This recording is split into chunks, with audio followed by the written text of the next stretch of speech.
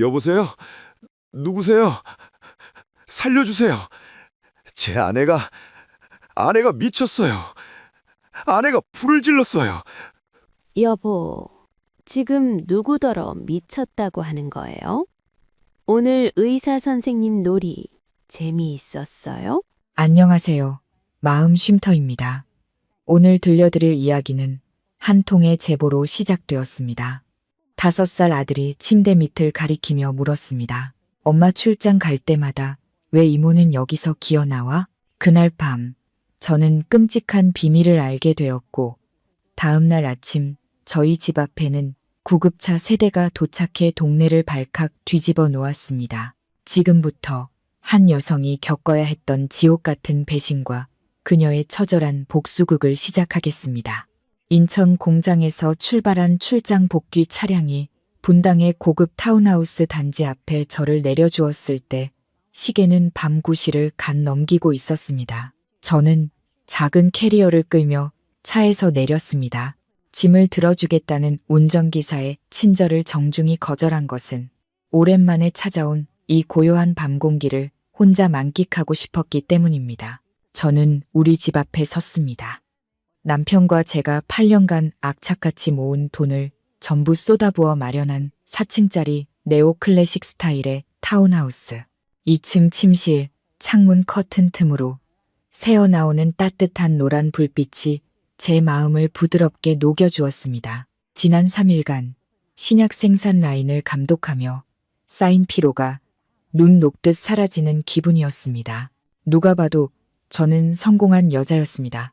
대형 제약회사의 R&D 팀장이라는 안정적인 직업, 무역회사 대표인 듬직한 남편, 그리고 사랑스러운 아들까지. 저는 열쇠를 자물쇠에 넣고 최대한 소리 나지 않게 조용히 문을 열었습니다. 1층 거실은 어두웠고 오직 수족관의 푸른 조명만이 벽에 부딪혀 일렁이는 그림자를 만들고 있었습니다. 남편의 고향 후배이자 저희 집 가사 도우미인 소희 씨는 하루 종일 집안일에 시달린 후 벌써 자기 방으로 들어간 모양이었습니다. 저는 나무 계단을 소리 없이 올랐습니다. 남편의 서재를 지나칠 때 문틈으로 불빛이 새어나오고 있었습니다. 남편은 아직 일하는 중이었습니다. 벽에 길게 드리워진 그의 등은 진지하고 믿음직스러워 보였습니다. 저는 미소를 지었습니다. 어려운 시장 상황 속에서도 가정을 위해 애쓰는 남편의 노고에 감사하며 방해하지 않고 아들이 있는 침실로 향했습니다. 침실 문은 살짝 열려 있었습니다. 커다란 침대 한가운데에 제 아들 민호가 몸을 동그랗게 말고 고른 숨을 내쉬고 있었습니다. 녀석은 아무리 새 것을 사줘도 낡고 해진 곰인형만은 절대 손에서 놓지 않았습니다. 저는 조용히 가방을 의자에 내려놓고 시원한 실크 잠옷으로 갈아입은 뒤 침대에 올랐습니다. 아들의 작은 몸에서 전해져 오는 따스함에 온몸의 긴장이 풀리는 것 같았습니다. 아들의 이마에 가볍게 입을 맞추고 씻기 전에 잠시 눈을 붙이려던 참이었습니다. 그때 민호가 몸을 뒤척였습니다. 크고 까만 눈이 저를 향해 깜빡였습니다. 아직 깊이 잠들지 않았거나 제 몸의 찬 기운에 놀라 깬 모양이었습니다. 민호가 눈을 비비며 잠긴 목소리로 말했습니다. 엄마, 오셨어요? 저는 아들의 머리를 쓰다듬으며 속삭였습니다. 응, 엄마 왔어. 우리 민호, 어서 자야지. 하지만 아이는 바로 눈을 감지 않고 어두운 허공을 멍하니 바라보았습니다. 그러다 갑자기 녀석은 제 쪽으로 몸을 돌려 작은 손가락으로 침대 밑을 가리켰습니다. 침대보는 바닥까지 길게 늘어져 그 안을 완벽하게 가리고 있었습니다. 아들의 순진한 질문이 고요한 공간을 갈랐지만 그 내용은 제 온몸을 얼어붙게 만들기 충분했습니다. 엄마, 근데 왜 엄마 출장 갈 때마다 소희 이모는 항상 여기서 기어 나와? 저는 순간 숨을 멈췄습니다. 제가 잘못 들었나 싶었습니다. 심장이 쿵 내려앉았다가 이내 미친 듯이 뛰기 시작했습니다. 저는 애써 미소를 지으며 최대한 차분한 목소리로 아들에게 되물었습니다. 민호야, 뭐라고? 소희 이모가 뭘 했다고? 우리 아들 꿈꿨나 보다. 이렇게 좁은 침대 밑에 누가 들어갈 수 있겠어. 민호는 고개를 세차게 저었습니다. 5살 아이의 얼굴에는 자신이 진실을 말하고 있음을 증명하려는 듯 비장함마저 서려 있었습니다. 아이는 제 옷소매를 잡아당기며 누가 들을세라 속삭였습니다. 구만이야. 소희 이모가 저기서 나와서 아빠랑 병원놀이 한단 말이야. 아빠가 이건 어른들의 비밀 게임이랬어. 엄마한테 말하면 망태 할아버지가 잡아간다고 했단 말이야. 제 귀가 먹먹해졌습니다. 주변의 모든 소리가 사라지고 아들의 끔찍한 말만이 머릿속을 맴돌았습니다. 병원놀이, 비밀게임. 그 단어들이 날카로운 바늘이 되어 제 뇌를 찔렀습니다. 저는 벌떡 일어나 앉아 이탈리아에서 직수입한 최고급 원목 침대를 내려다 보았습니다. 2년 전 남편이 풍수지리와 제 척추 건강에 좋지 않다며 굳이 바꾸자고 주장했던 바로 그 침대였습니다. 남편은 직접 주문하고 설치 기사들을 감독하며 이 침대가 얼마나 견고하고 품격 있는지 입이 닳도록 칭찬했었습니다. 침대는 바닥에 딱 붙는 박스형 디자인으로 사방이 막혀 있어 너무 무거운 탓에 옮겨서 청소할 생각은 꿈에도 못하고 휴대용 청소기로 틈새만 겨우 청소하곤 했습니다. 등골을 타고 오르는 막연하지만 차가운 공포가 온몸으로 퍼져나갔습니다. 출장에서 돌아올 때마다 침대 시트가 갓 세탁한 것처럼 향긋했고 평소보다 섬유유연제 냄새가 유독 진했던 기억이 떠올랐습니다. 다른 냄새를 감추기 위함이었을까요? 제가 갑자기 주방에 들어설 때마다 당황하며 시선을 피하던 소희 씨의 눈빛, 그리고 매일 밤 서재에서 바쁘다던 남편의 모습까지, 설마 내가 매일 밤 잠드는 이 안락한 매트리스 아래에 한 여자의 가장 신성한 행복의 공간에 이토록 더러운 비밀이 숨겨져 있었던 걸까요? 저는 어느새 다시 잠든 아들을 보며 이불 끝을 무의식적으로 꽉 움켜쥐었습니다. 새벽 1시가 거의 다 되어서야 남편이 조심스럽게 방으로 들어왔습니다. 그는 지난 8년간 그래왔듯 습관처럼 제 옆에 누워 허리를 감싸 안았습니다. 저는 깊이 잠든 척 숨소리를 고르게 유지하려 애썼습니다. 어둠 속에서 남편이 제 머리카락에 가볍게 입을 맞추며 다정하게 속삭이는 소리가 들렸습니다. 잘 자, 여보. 예전 같았으면 행복하게 미소 지으며 그의 품에 더 깊이 파고들었겠지만 지금 그 말은 소름 끼치도록 역겹고 위선적으로 들렸습니다. 다음 날 아침, 저는 환절기 때문에 두통이 심하다는 핑계로 회사에 병가를 냈습니다. 남편은 걱정스러운 얼굴로 제 이마를 짚어보고 이것저것 당부한 뒤에야 서류 가방을 들고 출근했습니다. 소희 씨 역시 재빨리 민호의 아침을 챙겨 유치원에 데려다 주었습니다. 그녀의 오토바이 소리가 철문 너머로 완전히 사라지자 집안은 완벽한 정적에 휩싸였습니다. 저는 벌떡 일어나 침실 문을 잠갔습니다. 심장이 터질 듯이 뛰었습니다.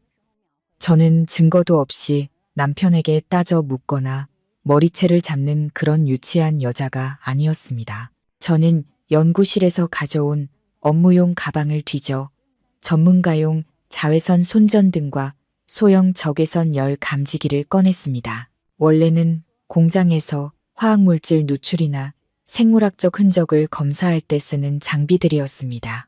저는 자외선 손전등으로 거대한 원목 침대의 모서리를 따라 샅샅이 비추기 시작했습니다. 보라색 빛이 번쩍이는 바니시 위를 훑으며 나무의 결 하나하나를 살폈습니다. 침대의 세면에서는 아무런 이상도 발견되지 않았습니다. 하지만 가장 구석지고 눈에 띄지 않는 침대 헤드가 벽에 붙은 부분을 비췄을 때 저는 마룻바닥에서 아주 미세한 긁힌 자국을 발견했습니다. 마치 무거운 물체가 일정한 궤도를 따라 반복적으로 움직이며 생긴 마찰 흔적처럼 보였습니다. 저는 열 감지기를 꺼내 침대 밑 공간을 스캔했습니다. 화면에는 주변 바닥과 미세하게 다른 온도 분포가 나타났습니다. 아래의 빈 공간이나 공기에 흐름이 있다는 신호였습니다. 제 직감이 맞았다는 확신이 들었습니다. 저는 산업용 내시경 카메라를 꺼냈습니다.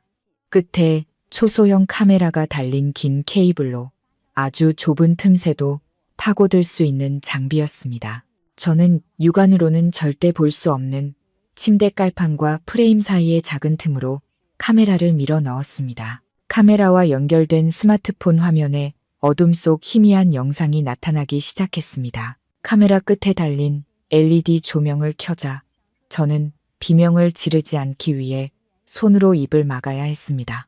두꺼운 매트리스와 고급스러운 갈비살 깔판 아래는 평범한 시멘트 바닥이 아니었습니다. 그곳에는 극도로 정교하게 설치된 유압식 리프트 시스템이 번쩍이고 있었습니다. 침대 및 바닥의 일부가 교묘하게 절단되어 자동 승강 장치 위에 놓여 있었던 겁니다. 스위치만 누르면 침대 깔판과 가짜 바닥 전체가 옆으로 미끄러지거나 아래로 내려가면서 아래층으로 향하는 비밀 통로가 열리는 구조였습니다. 저는 이 집의 구조를 떠올리며 소름이 돋았습니다. 우리 부부의 침실 바로 아래는 남편이 와인 저장고라고 부르던 작은 방이었습니다. 그는 와인은 온도와 습도에 민감해 엄격한 관리가 필요하다며 방음제로 벽을 마감하고 지문 인식 잠금 장치까지 설치해 열쇠를 혼자만 가지고 다녔습니다. 낯선 사람이 드나들면 와인을 망친다는 이유였습니다. 저는 카메라 케이블을 조종해 가짜 바닥 틈새로 더 깊이 밀어넣어 아래층 방을 엿보았습니다. LED 불빛이 방 한 구석을 비췄습니다. 와인 선반은 없었습니다. 대신 와인색 실크 시트가 깔린 더블 침대와 벨벳으로 감싼 기묘한 형태의 의자, 그리고 침대 옆 작은 테이블 위에는 뜯어진 콘돔 포장지와 기괴한 성인용품 몇 개가 널브러져 있었습니다. 하지만 제 피를 얼어붙게 한 것은 그 더러운 외도의 증거들이 아니었습니다. 카메라가 테이블 위를 훑다가 마시다만 와인병 옆에 놓인 서류 뭉치에서 멈췄습니다. 영상이 조금 흐릿했지만 저는 유명 생명보험사의 익숙한 로고와 서류 첫 장에 굵은 글씨로 인쇄된 생명보험 계약서라는 글자를 알아볼 수 있었습니다. 피보험자 이서연.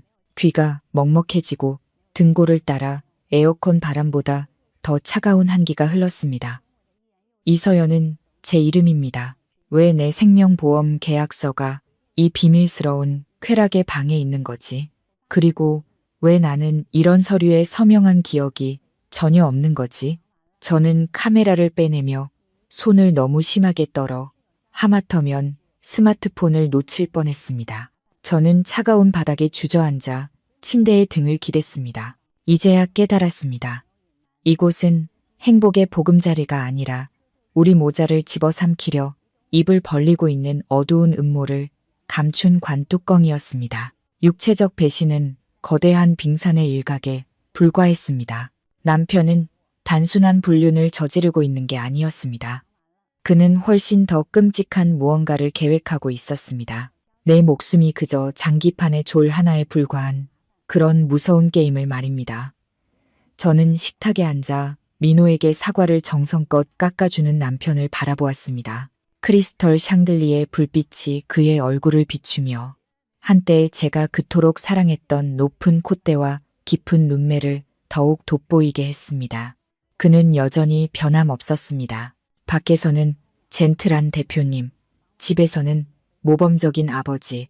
만약 내시경 카메라와 침대 밑에 추악한 광경이 아니었다면 저는 아마 평생 제가 세상에서 가장 운 좋은 여자라고 믿으며 살았을 겁니다. 남편이 제 쪽으로 몸을 돌려 따뜻한 우유 한 잔을 테이블 위에 놓았습니다. 김이 모락모락 피어오르며 신선한 우유의 고소한 향기가 퍼졌습니다. 그는 예전처럼 저를 안심시키던 미소를 지으며 말했습니다.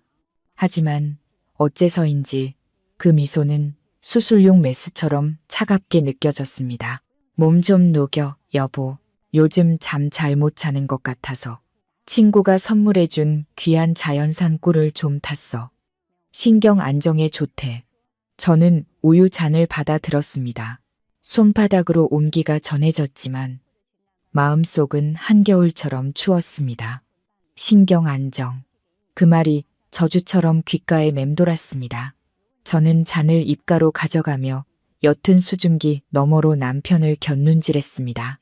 그는 저를 빤히 쳐다보지는 않았지만 눈초리로 제가 그 하얀 액체를 삼키는지 아닌지를 살피고 있었습니다. 저는 작은 한 모금을 마시는 척하다가 갑자기 손으로 입을 막고 몇 번 헛기침을 했습니다. 아, 뜨거워. 시키는 걸 깜빡했네. 여보, 휴지 좀 갖다 줄래요? 민호가 옷에 사과를 흘렸네. 남편은 서둘러 주방 선반 쪽으로 몸을 돌렸습니다. 바로 그때였습니다. 저는 재빨리 테이블 밑에 뚜껑을 열어두었던 개인용 보온병에 우유 대부분을 쏟아부었습니다. 그리고는 마치 한숨에 다 마신 것처럼 입가를 닦았습니다. 남편이 돌아왔을 때 테이블 위 우유잔은 절반 이상 비어 있었습니다. 그는 빈잔을 보고는 만족스러운 표정을 감추며 다시 아들과 놀아주기 시작했습니다.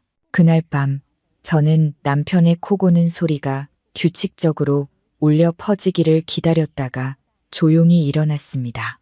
저는 그 귀중한 우유 샘플이 담긴 보온병을 들고 몰래 택시를 잡아 회사로 향했습니다.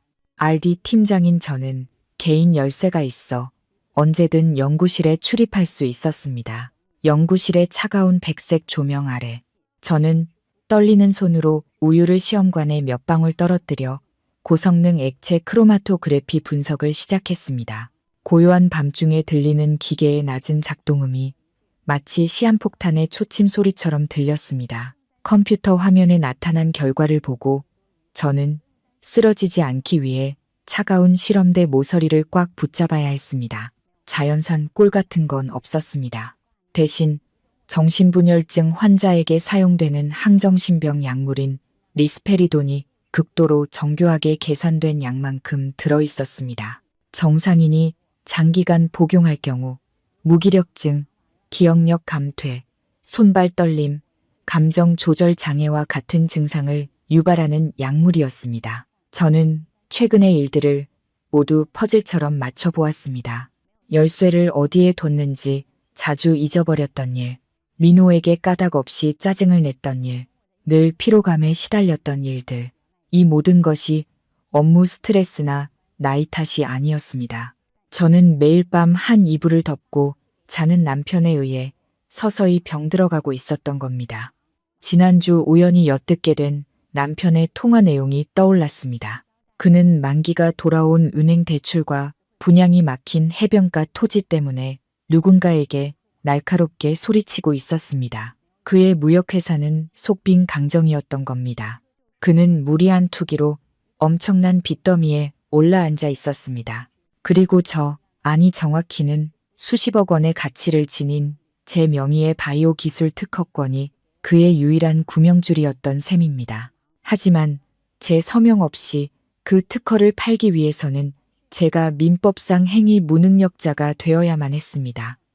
미친 아내, 정신 나간 엄마가 되어야만 했던 겁니다. 그의 계획은 잔인할 뿐만 아니라 제 인격과 인간으로서의 권리마저 빼앗으려는 것이었습니다. 일요일, 남편은 소희 씨에게 일주일치 신선식품을 사러 대형마트에 간다고 거짓말을 했습니다. 하지만 저는 그가 몰래 예약해둔 산부인과의 정기검진을 받으러 가는 날이라는 것을 알고 있었습니다. 그는 소희 씨 뱃속의 아이가 필요했던 겁니다. 아마 저를 정신병원에 쳐넣은 뒤 새로운 가정을 꾸릴 준비를 하는 것이겠지요. 남편의 차가 대문을 벗어나자마자 저는 민호를 친정에 맡겼습니다. 대청소가 필요하다는 핑계를 댔습니다. 집이 완전히 비자. 저는 심호흡을 한번 하고 지상지옥으로 가는 입구가 숨겨진 침실로 돌아왔습니다. 이번에는 침대의 슬라이딩 장치를 작동시키는 것이 훨씬 능숙했습니다. 비밀 통로가 열리자 곰팡내와 싸구려 향수가 뒤섞인 역한 냄새가 코를 찔렀습니다. 저는 좁은 나무 계단을 내려갔습니다. 심장은 세차게 뛰었지만 발걸음은 조금도 망설이지 않았습니다. 방은 카메라로 봤던 그대로였습니다. 하지만 직접 그 공간에 서니 숨막히는 역겨움이 더욱 선명하게 느껴졌습니다. 저는 고무장갑을 끼고 방 구석구석을 뒤지기 시작했습니다. 가짜 와인 선반 뒤쪽에서 두드렸을 때 통통하고 속이 빈 소리가 나는 벽면을 발견했습니다. 나무판을 뜯어내자 벽 안에 숨겨진 작은 금고가 나타났습니다. 전자식 금고였습니다. 비밀번호는 몰랐지만 연구실 경험 덕분에 흔적을 찾는 방법은 알고 있었습니다. 저는 가방에서 매끄러운 표면의 지문을 찾는 데 쓰이는 형광 분말과 자외선 손전등을 꺼냈습니다. 숫자 키패드 위에 가루를 조심스럽게 뿌리고 방에 불을 끈 뒤 자외선 손전등을 켰습니다. 그러자 숫자 1, 2, 0, 5 버튼 위에서만 가루가 도깨비불처럼 선명하게 빛났습니다. 1205, 12월 5일, 우리의 결혼기념일이었습니다. 저는 씁쓸하게 웃었습니다. 굳게 닫힌 지하실에서 제 웃음소리는 울음소리처럼 공허하게 울려 퍼졌습니다. 그는 가장 신성한 기념일을 배신의 비밀을 잠그는 데 사용했던 겁니다. 이보다 더 잔인한 조롱은 없을 겁니다. 삑 하는 건조한 소리와 함께 금고가 열렸습니다. 안에는 현금이나 귀금속은 없었고 두툼한 서류 뭉치만 들어 있었습니다. 저는 떨리는 손으로 한 장 한 장 넘겨보았습니다. 살인적인 이자율의 사채 계약서들, 총액은 수십억 원에 달했습니다. 지금 우리가 사는 이 집의 담보대출 서류도 있었습니다. 제 서명을 위조해 은행에 제출하고 대출 실행만 기다리는 중이었습니다. 그리고 가장 밑에는 제가 청춘을 바쳐 연구한 바이오 기술 특허권의 소유권 이전 서류가 있었습니다. 양수인은 우리 그룹의 최대 경쟁사이자 숙적 관계인 제약회사였습니다. 남편은 저를 팔아넘긴 것이었습니다. 감정뿐만 아니라 제 지성과 땀, 눈물, 그리고 제 경력까지 모두 팔아넘겨 자신의 어리석은 탐욕이 남긴 빚을 갚으려 했던 겁니다. 그는 저를 젖소 취급했습니다. 마지막 한 방울까지 짜낸 뒤 도살장으로 끌고 갈 계획이었던 겁니다. 저는 모든 서류를 사진으로 찍어두고 모든 것을 원래대로 정리했습니다. 금고 문을 닫는 순간 남편을 믿고 사랑했던 순진한 여자는 이 지하실에서 완전히 죽어버렸다는 것을 느꼈습니다. 이곳을 나서는 저는 더 이상 어제의 이서연이 아니었습니다. 저는 제 아이를 지켜야 하는 엄마이자 제 명예를 지켜야 하는 과학자였습니다. 월요일 이른 아침, 저는 다시 연구실로 향했습니다. 하지만 평소처럼 일하기 위함이 아니었습니다. 제 머릿속에는 오직 하나의 공식, 응징의 공식만이 존재했습니다. 저는 식물 표본 보관함을 열어 과거 자연 유래, 자극성 물질 연구를 위해 수집해 두었던 콩나무 가루가 든 작은 상자를 꺼냈습니다. 이 가루는 극소량만 피부에 닿아도, 특히 땀이나 열로 모공이 열렸을 때 미치도록 가려운 발진을 유발합니다. 긁으면 긁을수록 퍼져나가 마치 수천 마리의 불개미가 피부 밑을 기어다니는 듯한 고통을 줍니다. 저는 이 가루를 조심스럽게 추출하고 정제하여 무색무취의 초미세 분말과 섞었습니다. 현미경으로 보니 이 작은 입자들은 보이지 않는 유리 조각처럼 날카로워 보였습니다. 저는 완성된 가루를 작은 후추통에 담아 천연 조미료라는 라벨을 붙여 가방에 넣었습니다. 다음으로 캡사이신에서 추출한 오일로 묽은 용액을 만들었습니다. 매운 향은 제거하고 눈과 코의 점막을 미약하지만 지속적으로 자극하는 특성만 남긴 용액이었습니다. 저는 그들을 죽이고 싶지 않았습니다. 그들이 가장 안전하다고 믿는 사랑의 보금자리 안에서 서로를 의심하며 극도의 불쾌감 속에서 살아가게 만들고 싶었습니다. 점심시간, 소희 씨가 주방에서 식사 준비로 분주하고 남편이 아직 퇴근하기 전인 틈을 타 저는 다시 비밀 지하실로 잠입했습니다. 마스크와 장갑을 낀 채 그 가려운 가루를 와인색 침대 시트 위에 뿌렸습니다. 특히 베개와 침대 중앙 부분에 집중적으로 뿌렸습니다. 미세한 가루는 천의 섬유 속으로 사라져 육안으로는 전혀 알아볼 수 없었습니다. 저는 문고리와 스탠드 조명 스위치처럼 그들의 손이 반드시 닿을 만한 곳에도 용액을 조금 발라두었습니다. 그리고는 방구석에 있는 에어컨 필터를 열어 미리 제조해둔 캡사이신 용액을 골고루 뿌렸습니다. 에어컨이 작동하면 차가운 바람을 타고 보이지 않는 자극성 입자들이 퍼져나가 눈을 따갑게 하고 계속 재채기를 유발할 것이었습니다. 모든 일을 마친 뒤 저는 흔적을 깨끗이 지우고 침실로 올라와 비밀 통로를 닫았습니다. 거울 앞에 서서 머리를 정돈하고 붉은 립스틱을 덧발랐습니다. 사람들은 화학을 연구하는 여자는 건조하고 시험관과 데이터밖에 모를 거라고 말합니다. 하지만 그들은 독약과 치료제가 때로는 양과 사용 목적에 따라 한 끗 차이라는 사실을 잊고 있습니다. 남편은 저를 미친 여자로 만들고 싶어 했습니다. 그렇다면 저는 그의 안락한 쾌락의 삶을 끝나지 않는 가려운 악몽으로 만들어줄 참이었습니다. 이틀 후 저의 생화학전은 효과를 발휘하기 시작했습니다. 저녁 식사 시간, 저는 소희 씨가 계속 몸을 뒤틀며 몰래 손을 목과 팔에 가져가 긁는 것을 목격했습니다. 식당 에어컨이 24도로 맞춰져 있었음에도 그녀의 얼굴은 붉게 상기되었고 땀이 송골송골 맺혀 있었습니다. 그녀가 순박한 척 즐겨 입던 개량, 한복 아래로 붉은 반점이 희미하게 보이기 시작했습니다. 저는 남편의 그릇에 생선 조림 한 조각을 덜어주며 다정한 목소리로 말했지만 시선은 소희 씨에게 고정되어 있었습니다. 소희 씨, 얼굴이 왜 그렇게 빨개? 환절기 알레르기인가? 요즘 채소에 이상한 벌레가 많다던데. 소희 씨는 깜짝 놀라 젓가락을 식탁에 떨어뜨리며 더듬거렸습니다. 아퇴뇨, 사모님. 그냥 주방이 더워서 조금 가려운 것뿐이에요. 그녀는 고개를 푹 숙인 채 저를 쳐다보지 못했습니다. 저는 그녀가 무엇을 두려워하는지 알았습니다. 시골에서 갓 상경한 의학 지식이 부족한 여자가 주인의 남편과 몰래 관계를 맺고 있는 상황. 그녀에게 가장 큰 공포는 성병일 것입니다. 민감한 부위까지 가려워지자 그 공포는 더욱 커졌을 겁니다.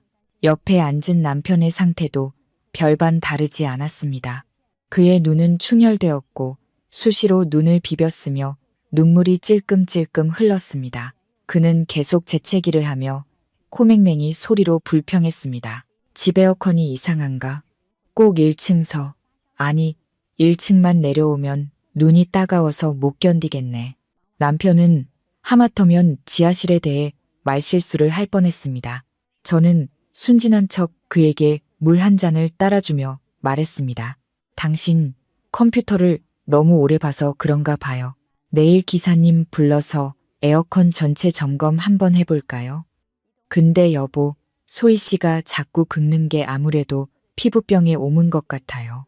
집에 어린아이도 있는데 민호한테 옮기면 큰일이잖아요. 옮는다는 제 말은 하나의 화살로 2마리 토끼를 잡은 셈이었습니다. 남편은 즉시 숟가락을 놓고 의심과 혐오가 뒤섞인 눈으로 소희 씨를 쳐다보았습니다. 이기적이고 의심 많은 그는 분명 저 어리고 순진해 보이는 내연녀가 겉보기처럼 깨끗한지 아니면 시골에서 무슨 병이라도 오마와 자신에게 퍼뜨린 건 아닌지 의심하고 있을 터였습니다. 소희 씨는 얼굴이 새하얗게 질린 채 몸을 떨었습니다. 그녀는 관계가 발각될까 두려워하면서도 자신의 몸 상태에 대한 공포에 휩싸였습니다. 그녀가 긁으면 긁을수록 가려움은 불길처럼 온몸으로 번져나갔습니다. 그날 밤 저는 CCTV를 통해 소희 씨가 잠 못 이루고 침대에서 뒹구는 모습을 보았습니다. 그녀는 몰래 화장실에 들어가 자신의 몸을 계속 확인했습니다. 남편은 제 옆에서 잠 못 이루고 뒤척이며 한숨만 내쉬었고 이따금 일어나 안약을 넣었지만 소용없어 보였습니다. 저는 배신자들이 긁어대는 소리를 들으며 조용히 누워 있었습니다. 그리고 속으로 다짐했습니다. 이건 가벼운 전주곡에 불과하다고. 사람의 마음에 심어진 의심은 그 어떤 화학약품보다 치명적이다. 그리고 나는 그 의심의 씨앗이 가시돋친 나무로 자라나 그들의 추악한 관계를 산산조각 낼 때까지 물을 줄 것이다. 그날 밤 남편이 깊이 잠든 것을 확인한 후에야 저는 조심스럽게 스마트폰을 켜 CCTV를 확인했습니다. 1층 소희 씨의 방에서 전송된 영상 속 그녀는 침대에 웅크리고 앉아 쉴 새 없이 목과 팔을 긁고 있었고 얼굴은 고통으로 일그러져 있었습니다. 그녀는 스마트폰을 들고 화면을 계속 스크롤했습니다. 푸른 액정빛이 그녀의 불안한 얼굴을 비추며 기괴한 분위기를 자아냈습니다. 저는 그녀가 뭘 하고 있는지 알았습니다. 학력도 짧고 겁이 많은 그녀에게 인터넷은 속마음을 털어놓을 수 있는 유일한 창구였을 겁니다. 저는 노트북을 켜고 몇 달 전부터 공들여 만들어둔 가짜 계정으로 한 여성 전용 익명 커뮤니티에 접속했습니다. 제 닉네임은 신비한 약선생, 프로필 사진은 약탕기 옆에서 진맥하는 손 이미지로 신뢰감과 신비감을 동시에 풍겼습니다. 아니나 다를까 비밀 상담실 게시판에 10분 전에 새로운 글이 올라와 있었습니다. 익명이었지만 어설픈 문장과 특유의 맞춤법 오류를 보니 단번에 소희 씨임을 알 수 있었습니다. 그녀는 이렇게 썼습니다. 선생님, 며칠 전부터 온몸이 가려워요. 긁을수록 더 심해져요. 이거 남자한테 옮는 병인가요? 그리고 제 남편이 요즘 기운이 없고 힘들어하는데 어떻게 해야 다시 뜨거워질 수 있을까요? 저는 비웃음을 흘리며 첫 번째 댓글을 달기 시작했습니다. 마치 산전수전 다 겪은 노련한 의원처럼 세상의 이치를 꿰뚫어 본다는 듯한 말투로 말입니다. 저는 이렇게 댓글을 남겼습니다.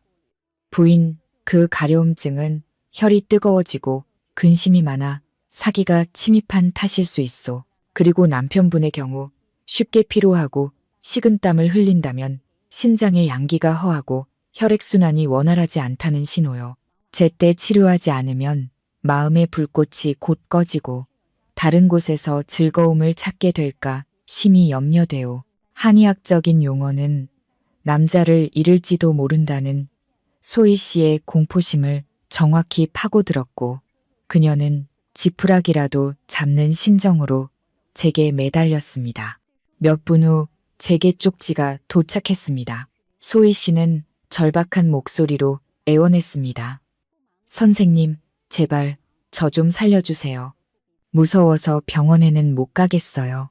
혹시 좋은 약이 있을까요? 얼마든지 살게요. 저는 바로 답장하지 않고 15분 정도 그녀를 애타게 기다리게 했습니다. 제 말에 무게를 싣기 위한 계산이었습니다. 그리고 나서 천천히 답했습니다. 병이 마음에 있으면 마음부터 치료하고 몸에 있으면 약초를 쓰는 법. 나는 약을 팔지 않고 인연이 있는 자에게 길을 알려줄 뿐이요. 그대의 가려움증은 열을 내리고 독을 풀어주는 약초 목욕법을 알려주겠소. 남편의 문제는 그 나이대 남자들이 일이 고되고 밤 생활이 무절제하면 기력이 쇠하는 법이니 뿌리부터 보해야 사람을 지킬 수 있소. 소희 씨는 연신 네 하며 고개를 끄덕였습니다. 그녀는 남편이 요즘 부쩍 짜증이 늘고 잠결에 자주 놀라며 잠자리도 형식적으로 변했다고 하소연했습니다. 그녀는 남편의 피로가 빚더미에 짓눌린 스트레스 때문이라는 사실을 꿈에도 몰랐습니다. 저는 결정적인 한 문장을 입력했습니다. 가장 달콤한 미끼를 던진 것입니다. 내게는 맹호단이라 불리는 비방이 있소. 기력 쇠약을 치료하고 남자를 호랑이처럼 강하게 만들어주는 명약이지. 하지만 약효가 매우 강하니 신중하고 꾸준히 사용해야 하오. 한번 시험해 보겠소? 화면 너머 소희 씨가 환하게 웃는 얼굴이 그려졌습니다. 그녀는 즉시 답장을 보내왔습니다. 네, 하고 싶어요. 선생님, 제발 도와주세요. 평생 은혜 잊지 않을게요. 순진한 그녀는 자신이 곧 받게 될 맹호다니 두 배신자를 혼미의 세계로 보내는 편도 티켓이라는 사실을 전혀 알지 못했습니다. 소희 씨의 절대적인 신뢰를 얻은 후 저는 그녀에게 약 제조법을 보내주었습니다. 소희 씨는 신비한 약 선생의 말을 맹신하며 그대로 따랐습니다. 그녀는 몰래 약을 사서 가루로 만든 뒤 밤늦게까지 일하는 사장님 몸보신을 시켜준다는 명목으로 남편에게만 따로 끓여주는 한방 보양탕에 섞었습니다. 저는 카메라를 통해 소희 씨가 김이 모락모락 나는 탕 그릇을 들고 지하실로 내려가는 모습을 보았습니다. 마치 왕에게 불로장생의 성수를 바치는 듯한 환희에 찬 표정이었습니다. 남편은 탕을 받아 후루룩 마시며 요즘 소희 씨 요리 솜씨가 늘었다고 자기 건강까지 챙겨줄 줄 안다고 칭찬했습니다. 그는 그 달콤한 탕, 한 숟갈, 한 숟갈이 자신의 마지막 남은 이성을 갉아먹고 있다는 사실을 전혀 몰랐습니다. 보약을 먹은 지 이틀 만에 남편에게 이상한 증세가 나타나기 시작했습니다. 식사 중에 젓가락을 자주 떨어뜨렸고 눈은 흐리멍덩했으며 이따금 누가 부르는 것처럼 깜짝 놀라 뒤를 돌아보곤 했습니다. 한 번은 거실에서 TV를 보다가 갑자기 가슴을 부여잡고 식은땀을 비오듯 흘리며 새파랗게 질렸습니다. 저는 깜짝 놀란 척 달려가 그를 부축했습니다. 여보, 왜 그래요? 혈압이 또 올라갔나? 혈압계 가져올까요? 남편은 제 손을 뿌리치며 거친 숨을 몰아쉬었습니다. 아, 아냐, 그냥 좀 피곤해서 그래. 시끄럽게 하지 마. 머리 아파. 그는 혈액에서 이상한 성분이 검출될까 두려워 병원에 갈 엄두를 내지 못했습니다. 그리고 더 중요하게는 자신의 몸이 자신을 배신하고 있다는 의심을 하기 시작했습니다. 한편 소희 씨는 남편의 이상 증세를 보면서도 약물의 초기 흥분 작용 때문에 잠자리가 더 강렬해지자 신비한 약 선생의 신통력을 더욱 굳게 믿었습니다. 그녀는 제게 연신 감사 쪽지를 보내며 약의 양을 늘려도 되는지 물었습니다. 저는 차갑게 키보드를 두드렸습니다. 과유불급이라 했소. 허나 그 사람을 더 꽉 잡고 싶다면 아침에도 복용하게 해보시오. 웨세단. 소희 씨의 무지와 탐욕은 제가 그 배신자 남자의 목에 겨눌 가장 날카로운 칼이 되어 주었습니다. 만기가 돌아온 대출금과 특허권 구매자의 압박으로 남편은 점점 인내심을 잃어가고 있었습니다. 그는 제가 행위 무능력자라는 증명서가 하루빨리 필요했습니다.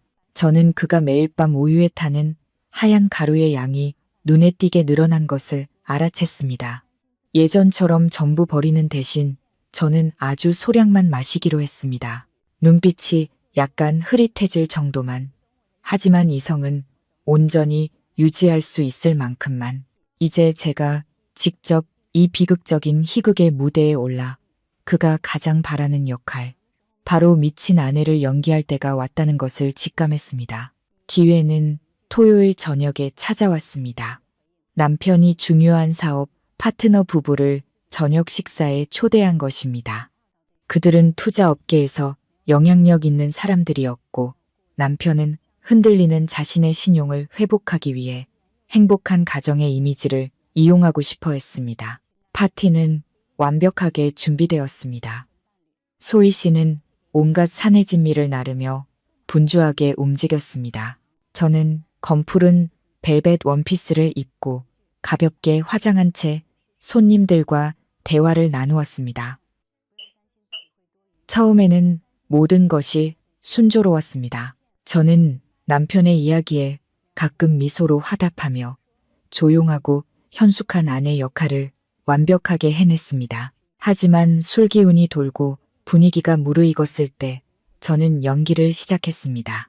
소희 씨가 김이 모락모락 나는 오리탕을 테이블에 내려놓는 순간 저는 갑자기 그녀를 쏘아보더니 탕 그릇을 마치 끔찍한 것이라도 본 것처럼 뚫어지게 쳐다보았습니다. 저는 탕 그릇을 손가락으로 가리키며 떨리는 목소리로 외쳤습니다. 왜 피가 있어? 너 날 죽이려는 거지? 침대 밑에 귀신이 있어. 그 귀신이 올라와서 탕에 독을 탔어. 식탁에 앉은 모든 사람이 얼어붙었습니다. 파트너의 아내는 숟가락을 바닥에 쨍그랑하고 떨어뜨렸습니다. 남편은 얼굴이 새하얘지더니 황급히 일어나 제 어깨를 붙잡았습니다.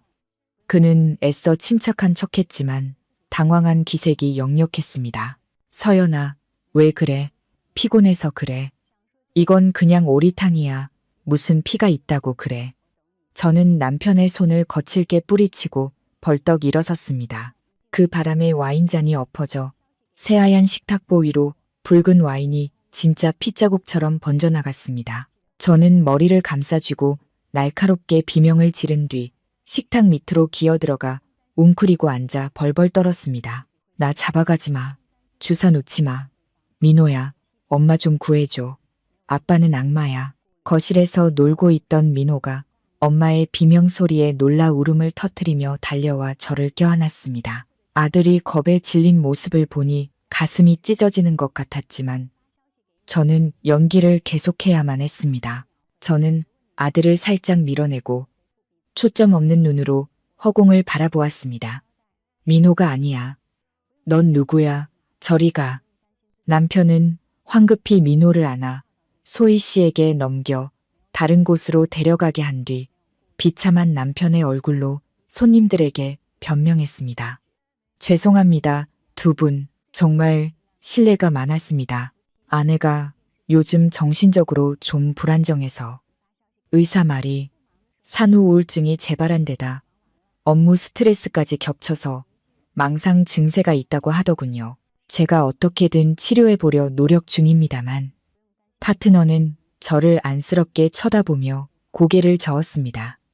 어휴, 박 대표, 좋은 집에 살아도 부인이 저러면 마음고생이 심하겠구먼. 어서 부인 데리고 올라가 쉬게 하게. 사업 얘기는 다음에 하지. 침실 문이 닫히자 남편이 안도의 한숨을 내쉬는 소리가 들렸습니다. 그는 침대에 가만히 누워있는 저를 보며 한쪽 입꼬리를 올려 비웃었습니다. 그는 제가 정말 미쳤다고 생각하는 듯 했습니다. 그리고 오늘의 소동은 저를 정신병원에 쳐넣을 가장 확실한 증거가 될 것이었습니다. 다음 날 아침, 남편은 말끔하게 차려입었지만 회사 대신 제 건강검진을 시켜주겠다며 저를 데리고 나섰습니다. 저는 아들의 곰 인형을 넉나간 아이처럼 품에 꼭 껴안은 채 초점 없는 눈으로 순순히 고개를 끄덕였습니다. 남편은 저를 부축해 차에 태웠습니다. 그 다정한 모습에 모르는 사람이 봤다면 감동의 눈물을 흘렸을지도 모릅니다. 차는 유명한 종합병원이 아닌 외곽의 한적한 골목으로 향했습니다. 차가 멈춘 곳은 덕안 정신건강의학과라는 소박한 간판이 걸린 개인 병원 앞이었습니다. 우리를 맞이한 의사는 대머리에 금태 안경을 쓴 중년 남성이었습니다. 그는 늘 미소를 띠고 있었지만 눈빛은 장사꾼처럼 교활하게 번뜩였습니다. 남편은 그와 이미 안면이 있는 듯 의미심장한 눈빛을 교환했습니다. 남편은 진료실 책상 위에 두툼한 봉투를 올려놓고는 제 병세에 대해 설명하기 시작했습니다. 그는 어젯밤 파티에서 제가 난동을 부리는 모습을 소희 씨가 몰래 찍어둔 영상을 의사에게 보여주었습니다. 그는 제가 헛소리를 하고 건망증이 심하며 심지어 아들을 해치려 한 적도 있다고 온갖 거짓말을 덧붙였습니다. 의사는 전문가인 척 고개를 끄덕이며 제게 몇 가지 형식적인 질문을 던졌습니다. 성함이 어떻게 되시죠? 여기가 어딘지 아시겠어요? 혹시 머릿속에서 이상한 목소리가 들리나요? 저는 기억이 날듯 말듯 한 사람처럼 대답을 얼버무리거나 침대 밑 사람에 대해 중얼거렸습니다. 그는 뇌파 검사나 전문적인 심리 테스트도 하지 않았습니다. 고작 15분간의 형식적인 문진 끝에 그는 진단서에 서명을 갈겼습니다. 알아보기 힘든 글씨였지만 내용은 잔인했습니다. 진단명, 급성 정신병적 증상을 동반한 중증 우울증, 행동 통제, 능력 상실, 입원 치료 및 특별 후견인 지정 요망. 진단서를 손에 쥔 남편은 만족감을 감추지 못했습니다. 그는 의사의 어깨를 두드리며 말했습니다. 원장님, 정말 감사합니다. 아내가 빨리 회복될 수 있도록 잘 좀 부탁드립니다. 그는 제게 돌아서서 어린아이를 달랠듯 달콤하게 말했습니다. 여보, 봤지? 의사 선생님이 당신 아프대. 약 잘 먹어야 낫는데. 착하지? 약 잘 먹으면 내가 더 예뻐해 줄게. 저는 의사가 건네는 알록달록한 약병을 받아들며 속으로 비웃었습니다. 이 진단서는 그에게 재산을 가로챌 수 있는 통행증이겠지만 제게는 그와 저 무자비한 의사의 추악한 결탁을 증명할 강철 같은 증거였습니다. 제가 정신질환자라는 진단서를 손에 쥔 날부터 소희 씨는 시골뜨기 같은 주눅든 태도를 완전히 벗어 던졌습니다. 그녀는 이 집을 마치 미래의 안주인이라도 된 것처럼 활보했습니다. 그것만 하면서도 어딘가 촌스러운 몸짓은 역겨울 정도였습니다. 남편이 없고 제가 약에 취해 잠든 척하고 있을 때면 소희 씨는 보란듯이 제 옷장을 열었습니다. 그녀는 제 값비싼 실크 원피스들을 몸에 대보며 거울 앞에서 빙글빙글 돌았고 만족스러운 미소를 지었습니다. 심지어 제가 가장 아끼는 와인색 립스틱을 꺼내 갈라진 자신의 입술에 덧칠하며 평생 흉내낼 수도 없을 우아한 분위기를 흉내내려고 애썼습니다. 소희 씨의 오만함은 민호를 훈계하기 시작했을 때 절정에 달했습니다. 그날 민호가 실수로 거실의 고급 가죽 소파에 오렌지 주스를 쏟았습니다. 예전 같았으면 소희 씨는 황급히 달려와 소파를 닦고 아이를 달랬을 겁니다. 하지만 그날 그녀는 허리에 손을 얹고 제 아들의 얼굴에 대고 소리쳤습니다. 너 지금 뭐 하는 거야? 이 소파가 얼마짜리인 줄 알아? 내 엄마가 미쳤으니 너도 따라서 집안을 망가뜨릴 셈이야. 아이는 겁에 질려 몸을 웅크렸고 눈에는 눈물이 그렁그렁 맺힌 채 더듬더듬 사과했습니다. 저는 침실에서 스마트폰 화면으로 그 광경을 보며 심장이 쥐어짜이는 듯한 고통을 느꼈습니다. 당장 달려나가 저 뻔뻔한 여자의 뺨을 때리고 싶었습니다. 제 아들에게 독서를 퍼붓는 그 더러운 입을 찢어버리고 싶었습니다. 하지만 이성이 저를 붙잡았습니다. 지금 제가 섣불리 움직이면 그동안의 모든 인내가 수포로 돌아갈 것이라는 걸 알았습니다. 저는 그녀의 오만함이 한계까지 부풀어 오르도록 내버려 둬야 했습니다. 너무 팽팽하게 부풀어 오른 풍선처럼 작은 바늘 하나에 터져버리도록 말입니다. 저는 눈물을 속으로 삼키며 그녀의 모든 행동과 말을 마음속 빛 장부에 차곡차곡 기록했습니다. 소희 씨가 기고만장해질수록 남편의 경계심은 느슨해졌습니다. 그는 제가 매일 흐리멍덩하게 넋을 놓고 있자 안심하고 문도 잠그지 않은 채 서재에서 내연녀와 희희낙낙거렸습니다. 그는 그 안일함이 자신의 치명적인 약점이 될 것이라는 사실을 전혀 몰랐습니다. 저는 계속해서 미친 아내 역할을 했습니다. 가끔씩 까르르 웃거나 이유 없이 흐느껴 울면 소희 씨는 저를 더욱 무시했습니다. 그녀는 저를 하녀 부리듯 대하기 시작했습니다. 아주머니, 물 좀 떠다 줘요. 거기 비켜요. 길 막히잖아. 저는 텅 빈 눈으로 조용히 그녀의 말을 따랐지만 마음속으로는 진실의 칼날을 날카롭게 갈고 있었습니다. 상간녀의 오만함이야말로 이 악마 같은 동맹을 자멸로 이끄는 완벽한 촉매제였습니다. 거대한 성을 무너뜨리기 위해 굳이 밖에서부터 부술 필요는 없습니다. 가장 중요한 주춧돌 하나만 빼내면 됩니다. 남편처럼 체면을 중시하고 계산적인 남자에게 그 주춧돌은 바로 자존심과 혈통이었습니다. 저는 남편이 늘 민호를 자랑스러워하며 자신을 쏙 빼닮은 완벽한 후계자라고 여긴다는 것을 알았습니다. 그는 아내를 배신할 수는 있어도 자신이 배신당하거나 남의 자식을 키우는 것은 절대 용납하지 못할 사람이었습니다. 여자를 완벽하게 통제할 수 있다는 그의 지나친 자신감이 바로 치명적인 약점이 될 것이었습니다. 남편이 소희 씨와 함께 지하실에 새 보금자리에 놓을 물건을 사러 간 틈을 타 저는 컴퓨터 앞에 앉았습니다. 그리고 대학 시절 갈고 닦았던 포토샵 기술을 이용해 원작 폭탄급 결과물을 만들어냈습니다. 저는 과거에 협력했던 한 유전자 검사센터의 친자 확인 결과지 양식을 스캔한 뒤 내용을 수정했습니다. 부, 박민준, 자, 박민호, 결론, 친자 관계가 성립하지 않음.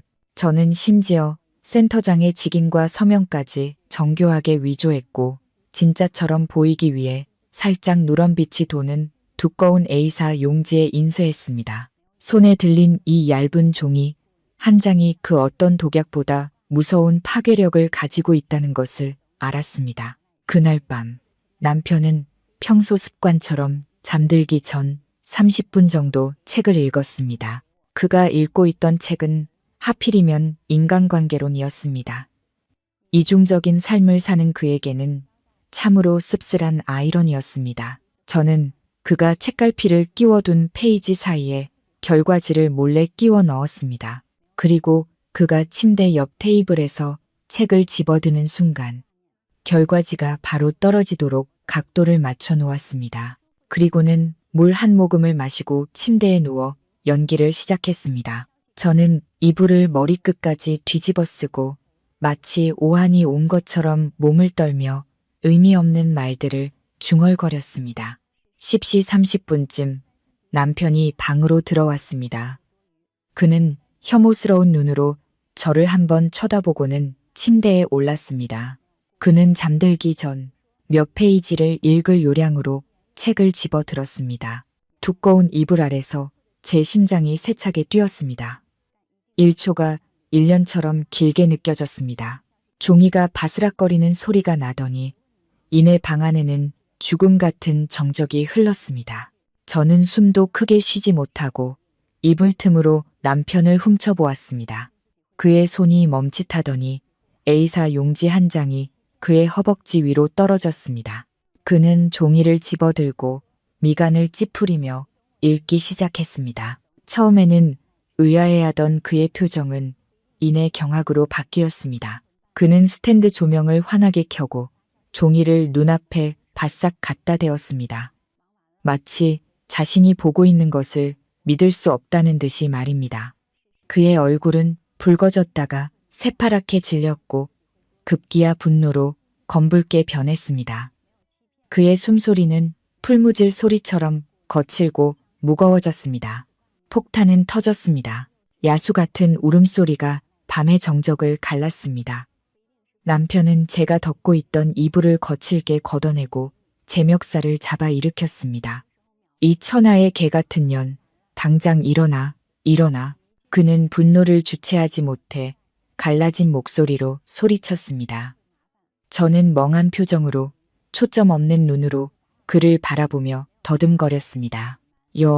여보, 왜 저한테 소리 지르세요? 저 자고 있었는데 민호는 어디 있어요? 그는 제 얼굴에 결과지를 들이밀며 부들부들 떨었습니다. 이거 봐. 이게 뭔지 설명해봐. 민호, 대체 누구 자식이야? 내가 8년 동안 내년들 먹여 살렸더니 감히 내 뒤통수를 쳐? 그는 제 뺨을 세차게 후려쳤습니다. 입안에서 비릿한 피맛이 느껴졌지만 아프지 않았습니다. 오히려 통쾌했습니다. 이 육체적 고통은 그가 제게 안겨준 고통에 비하면 아무것도 아니었습니다. 저는 얼굴을 감싸고 울기 시작했습니다.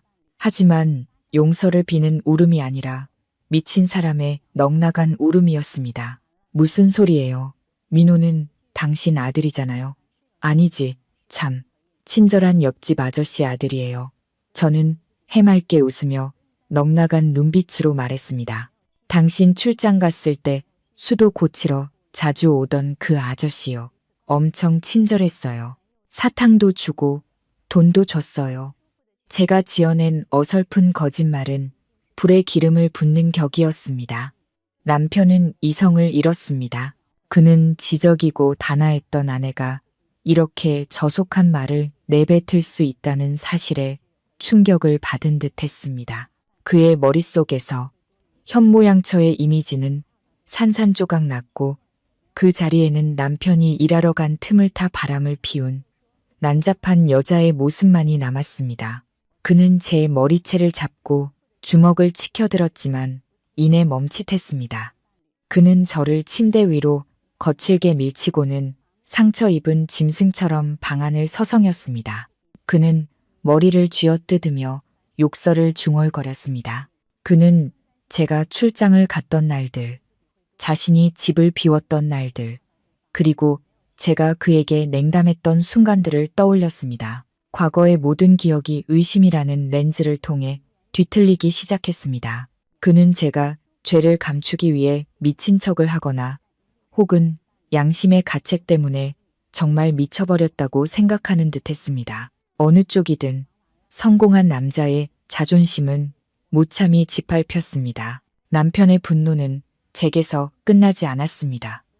그는 모든 것을 병적인 의심의 눈으로 보기 시작했습니다.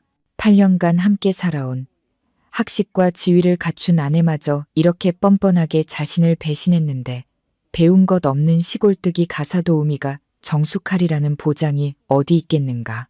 그는 소희 씨가 평소보다 늦게 장을 보고 오던 일, 혼자 스마트폰을 보며 실실 웃던 일들을 떠올렸습니다. 그의 타고난 의심 많은 성격에 제가 처방해준 약의 부작용까지 더해져 그는 극도의 망상에 사로잡혔습니다. 다음 날 아침, 소희 씨는 조심스럽게 아침 식사를 들고 방으로 올라왔습니다. 집안의 험악한 분위기를 감지한 그녀는 임신 소식으로 남자의 기분을 풀어줄 작정이었습니다.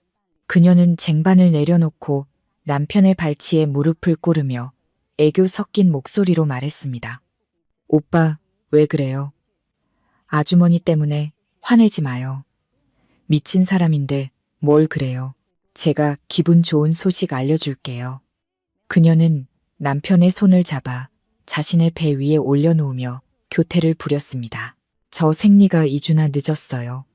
테스트기 해봤는데 2줄 나왔어요. 우리 아들 생겼나 봐요, 오빠.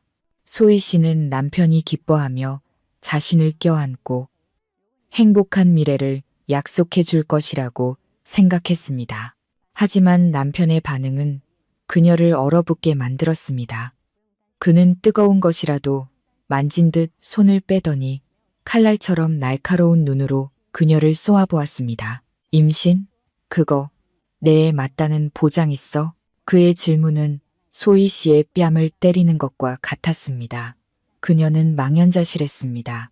오, 오빠, 무슨 소리예요? 전 오빠밖에 없는데, 제가 이 집에서만 있었는데, 어떻게, 닥쳐, 남편이 소리치며 뜨거운 죽이 담긴 쟁반을 바닥으로 엎어버렸습니다. 내 마누라도 나밖에 없다고 했어. 그러고는 남의 새끼를 낳았다고. 너희 여자들은 다 똑같은 거짓말쟁이야. 그는 벌떡 일어나 소희 씨의 얼굴에 손가락질을 했습니다. 내가 바보인 줄 알아? 너처럼 젊고 예쁜 애가 한창 나이에 이 늙은이 집구석에 처박혀 있는 이유가 뭐겠어? 너도 나한테 덫을 놓아서 이 집이라도 차지하려는 속셈이지. 소희 씨는 울며불며 맹세했지만 남편은 들은 척도 하지 않았습니다. 그는 소희 씨의 가방을 뒤지고 핸드폰을 검사했습니다. 그녀가 인터넷 커뮤니티에 애인이 기운이 없다고 하소연한 글을 발견하자 그의 분노는 극에 달했습니다. 그는 핸드폰을 벽에 던져 박살냈습니다. 잘났어, 아주. 인터넷에 내가 힘없다고 소문까지네. 어디 더 무슨 짓을 하나 보자. 그는 소희 씨에게 돌아서서 얼음장처럼 차가운 목소리로 말했습니다. 오늘 오후에 당장 양수 검사에서 친자 확인한다. 내 자식 아니면 넌 당장 길바닥에 나앉게 될 거야. 고향 가서 오리나 키우라고. 소희 씨는 엎질러진 죽 한가운데 주저앉아 소리 없이 울었습니다. 왜 모든 것이 이렇게 순식간에 변해버렸는지 이해할 수 없었습니다. 인생 역전의 희망은 싹 트자마자 차가운 물벼락을 맞고 꺼져버렸습니다. 그동안 저는 2층 계단에 앉아 곰인형을 껴안은 채 제 눈앞에서 펼쳐지는 최고의 막장 드라마를 조용히 관람하고 있었습니다. 소희 씨는 겁에 질려 남편을 올려다보았습니다. 그녀는 배운 게 없어도 임신 초기에 양수 검사를 하는 것이 유산이나 감염을 유발할 수 있는 위험한 일이라는 것쯤은 알고 있었습니다. 하지만 아직 아기가 너무 작아요, 오빠. 의사 선생님이 위험하다고 소희 씨가 더듬거리며 애원했습니다. 남편은 들은 척도 하지 않고 술장으로 가독한 술을 한 잔 따라 단숨에 들이켰습니다. 위험, 들통날까봐 무서운 거겠지. 똑똑히 들어도 내가 2번 다시는 너희 같은 것들한테 속아 넘어가는 바보는 아니니까. 저는 그 광경을 보며 만감이 교차했습니다. 제 고통 위에서 부귀영화를 누리려 했던 두 배신자가 이제는 서로를 물어뜯고 있었습니다. 남편이 소희 씨를 질질 끌고 그 잔인한 검사를 하러 지인의 병원으로 간 사이 저는 재빨리 옷을 갈아입고 택시를 탔습니다. 제가 향한 곳은 도심의 한적한 골목에 숨겨진 작은 카페였습니다. 제가 만나기로 한 사람은 대학 동창이자 지금은 경제범죄 수사팀의 베테랑 팀장이 된 진우였습니다. 진우는 구석진 자리에 앉아 있었습니다. 제 초췌한 모습을 본 그의 강직한 얼굴에 걱정이 서렸습니다. 저는 단도직입적으로 작은 검은색 USB를 테이블 위에 올려놓았습니다.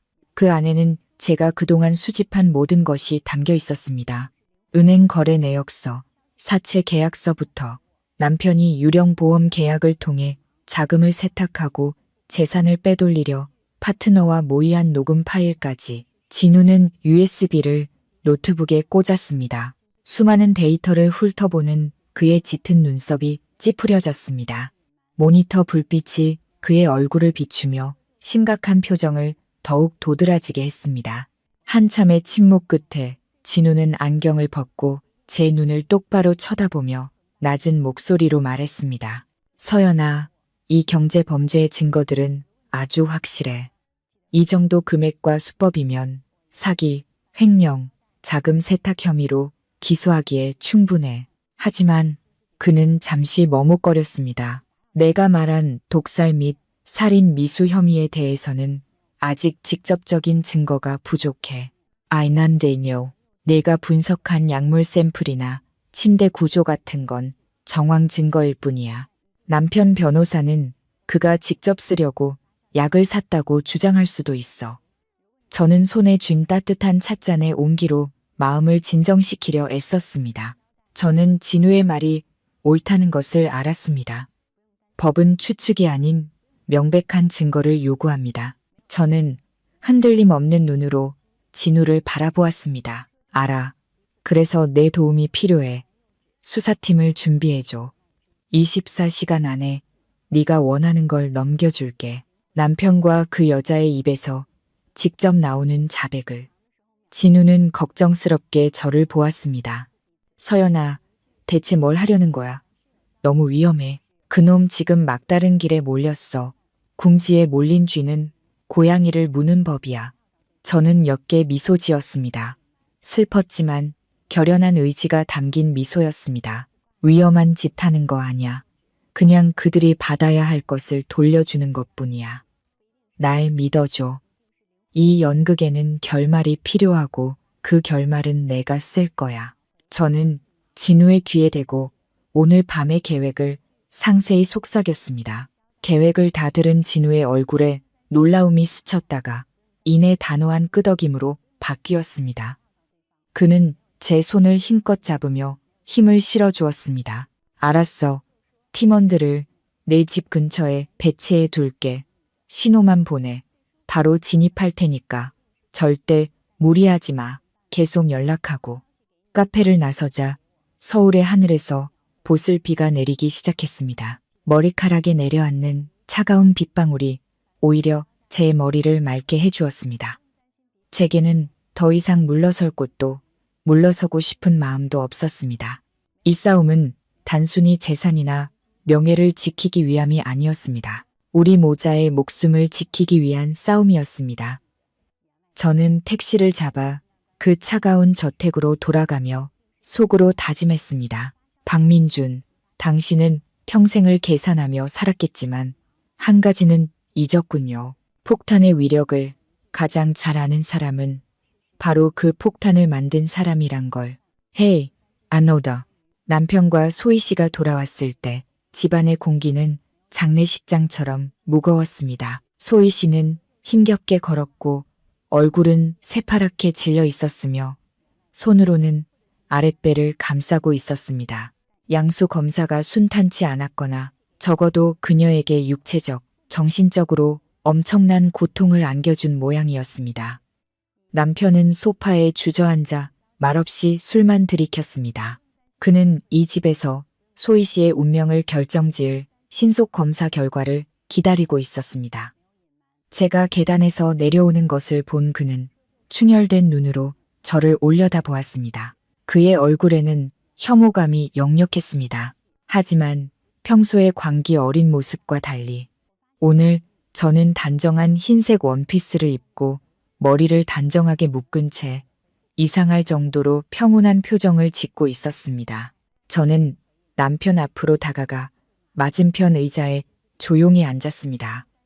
민준 씨, 우리 얘기 좀 할까요? 제 목소리는 더 이상 더듬거리지도 망상에 사로잡히지도 않은 채 맑게 울렸습니다. 남편은 조금 놀란 듯 술잔을 내려놓고 의심스러운 눈으로 저를 쳐다보았습니다. 제정신이 돌아왔나 보네.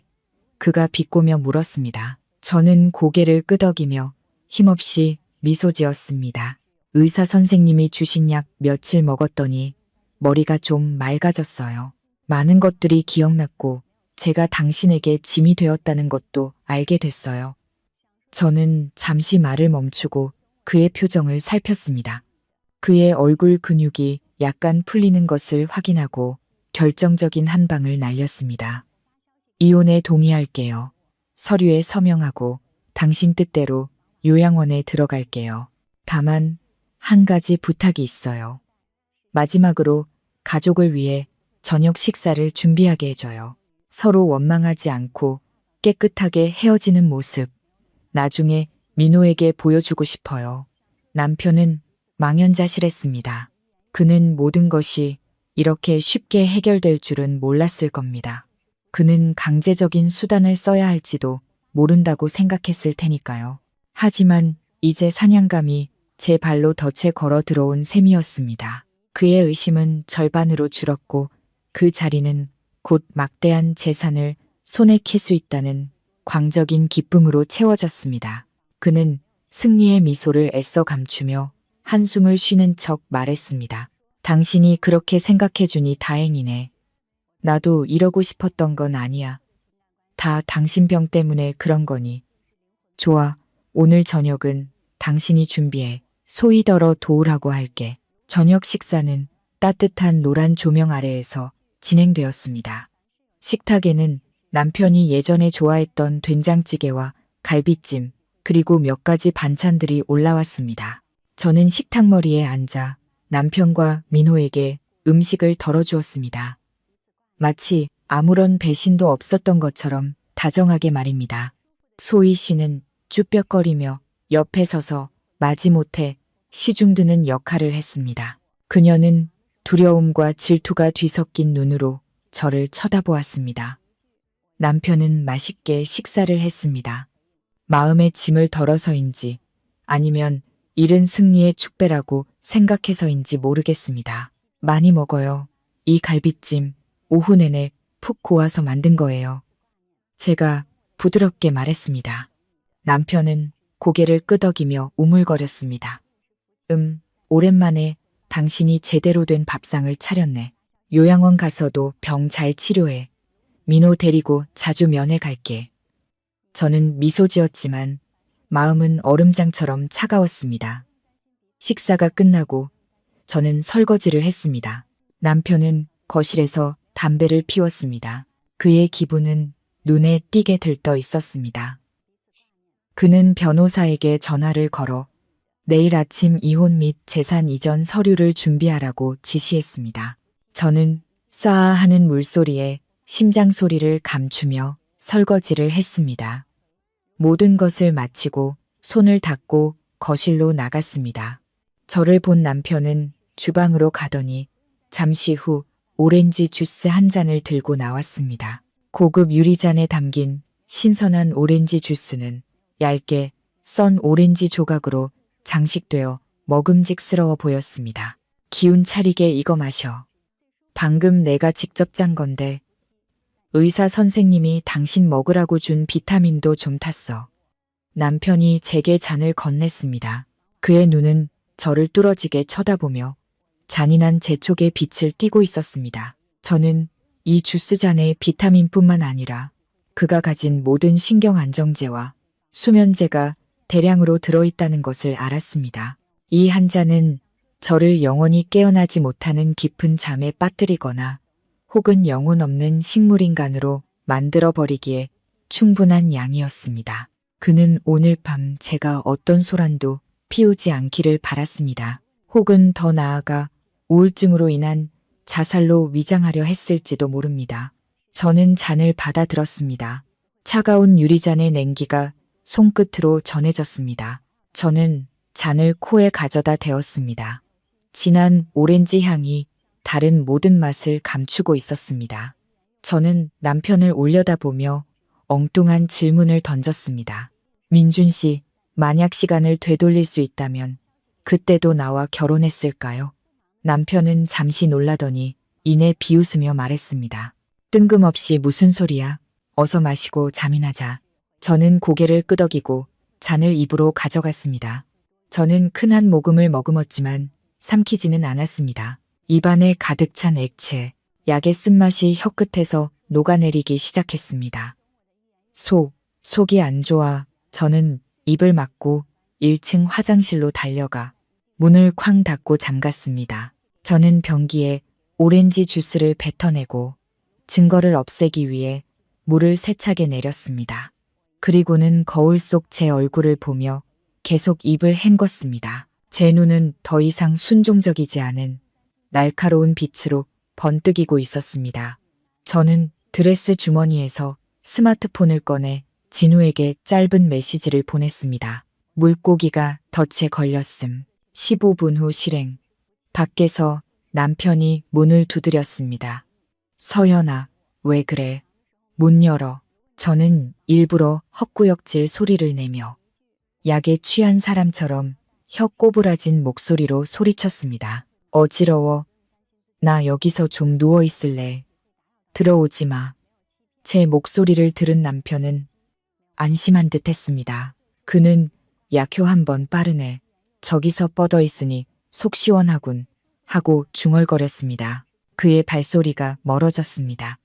저는 문에 귀를 대고 그가 소희 씨를 부르는 소리를 들었습니다. 저 여자 약에 취했어. 이제 우리 세상이야. 지하실로 내려가자. 자기야, 오늘은 크게 축하해야지. 내일이면 모든 게 내 것이 될 테니까. 지하실 문이 철컥하고 굳게 닫히는 소리가 들렸을 때 저는 마치 제 손으로 과거의 문을 닫는 듯한 기분이 들었습니다. 8년의 청춘, 달콤했던 기억, 그리고 쓰라린 치욕의 순간들이 이제 저 두꺼운 나무문 뒤에 모두 갇혔습니다.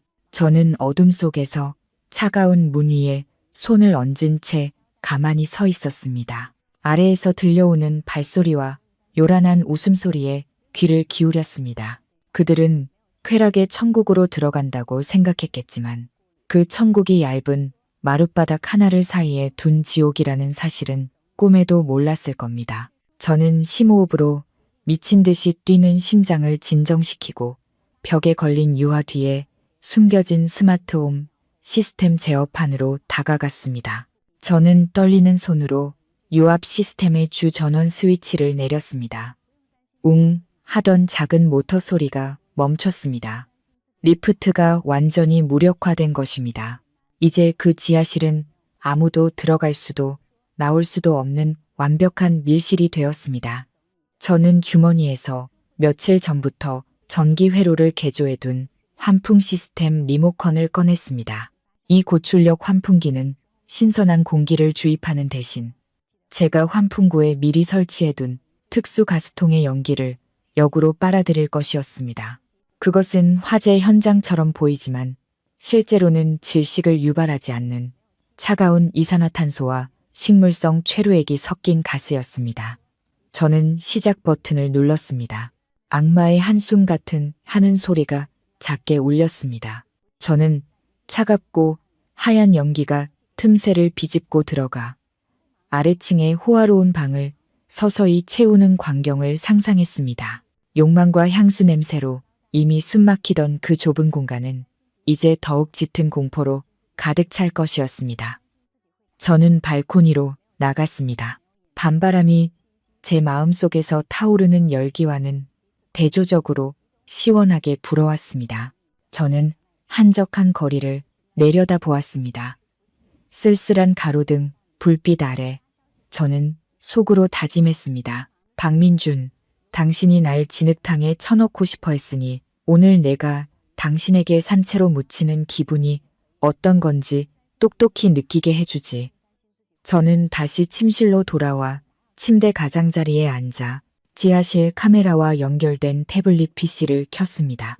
화면은 희뿌연 연기 때문에 흐릿했지만 혼란이 시작되는 것을 보기에는 충분했습니다. 남편과 소희 씨는 극도의 공황 상태에 빠져 있었습니다. 남편은 미친 듯이 문을 두드렸지만 두꺼운 철문은 소름 끼치는 침묵으로만 답했습니다. 소희 씨는 기묘한 의자 위에서 몸을 웅크린 채 목을 부여잡고 격렬하게 기침을 했습니다. 방 안의 산소 농도가 점점 떨어지고 있었습니다. 헤드셋 너머로 소희 씨가 공포에 질려 외치는 소리가 들렸습니다. 오, 오빠, 저기 방구석에 누가 서 있어요. 사모님이야, 사모님. 그녀는 허공을 가리키며 눈알이 튀어나올 것처럼 눈을 크게 떴습니다. 산소 부족과 약물에 취한 그녀의 망상 속에서 그녀가 늘 질투하고 두려워했던 아내의 모습이 현실의 악몽으로 나타난 것입니다. 남편이 뒤를 돌아보았지만 그의 눈에도 이제 소희 씨는 더 이상 어여쁜 내연녀로 보이지 않았을 겁니다. 그는 계속 눈을 비비며 소리쳤습니다. 저리 꺼져. 가까이 오지 마. 돈은 다 갚았잖아. 내가 너희들한테 빚진 건 아무것도 없어. 그는 마치 자신을 둘러싼 보이지 않는 채권자들을 쫓아내려는 듯 허공에 미친 듯이 손발을 휘둘렀습니다. 연기는 점점 짙어져 사람의 형체를 흐릿하게 만들었고 죄의 망령들만이 모습을 드러내고 있었습니다. 남편은 테이블 다리에 걸려 넘어지며 이마를 모서리에 부딪혀 피를 철철 흘렸지만 고통도 느끼지 못하는 듯 했습니다. 그는 바닥을 기어다니며 숫자와 빚, 그리고 자신이 사기쳤던 사람들의 이름을 중얼거렸습니다. 불 지르지 마. 제발. 특허권 팔면 돈 갚을 수 있단 말이야. 저는 자신들이 만든 수렁에서 허우적거리는 두 인간을 보며 일말의 동정심도 느끼지 못했습니다. 가장 잔인한 방식으로 진실이 드러나고 있었습니다. 그들은 서로를 보지 못하고 오직 자신의 인생에서 가장 큰 공포만을 마주하고 있었습니다. 소희 씨는 복수를 두려워했고 남편은 파산과 감옥을 두려워했습니다. 그들이 제 등 뒤에서 떠들어대던 진정한 사랑, 운명의 상대라는 말들은 이제 생사의 갈림길 앞에서 담배 연기처럼 허무하게 사라지고 있었습니다. 저는 물 한 모금을 마셨습니다. 맹물이었지만 목구멍으로 넘어가는 맛은 왜 이리도 쓴지. 생존 본능이 가장 강하게 발현되는 순간 인간성은 벗겨지고 이기적이고 야만적인 짐승만이 남게 됩니다. 연기로 자욱한 지하실 안에서 남편은 갑자기 방독면을 발견했습니다.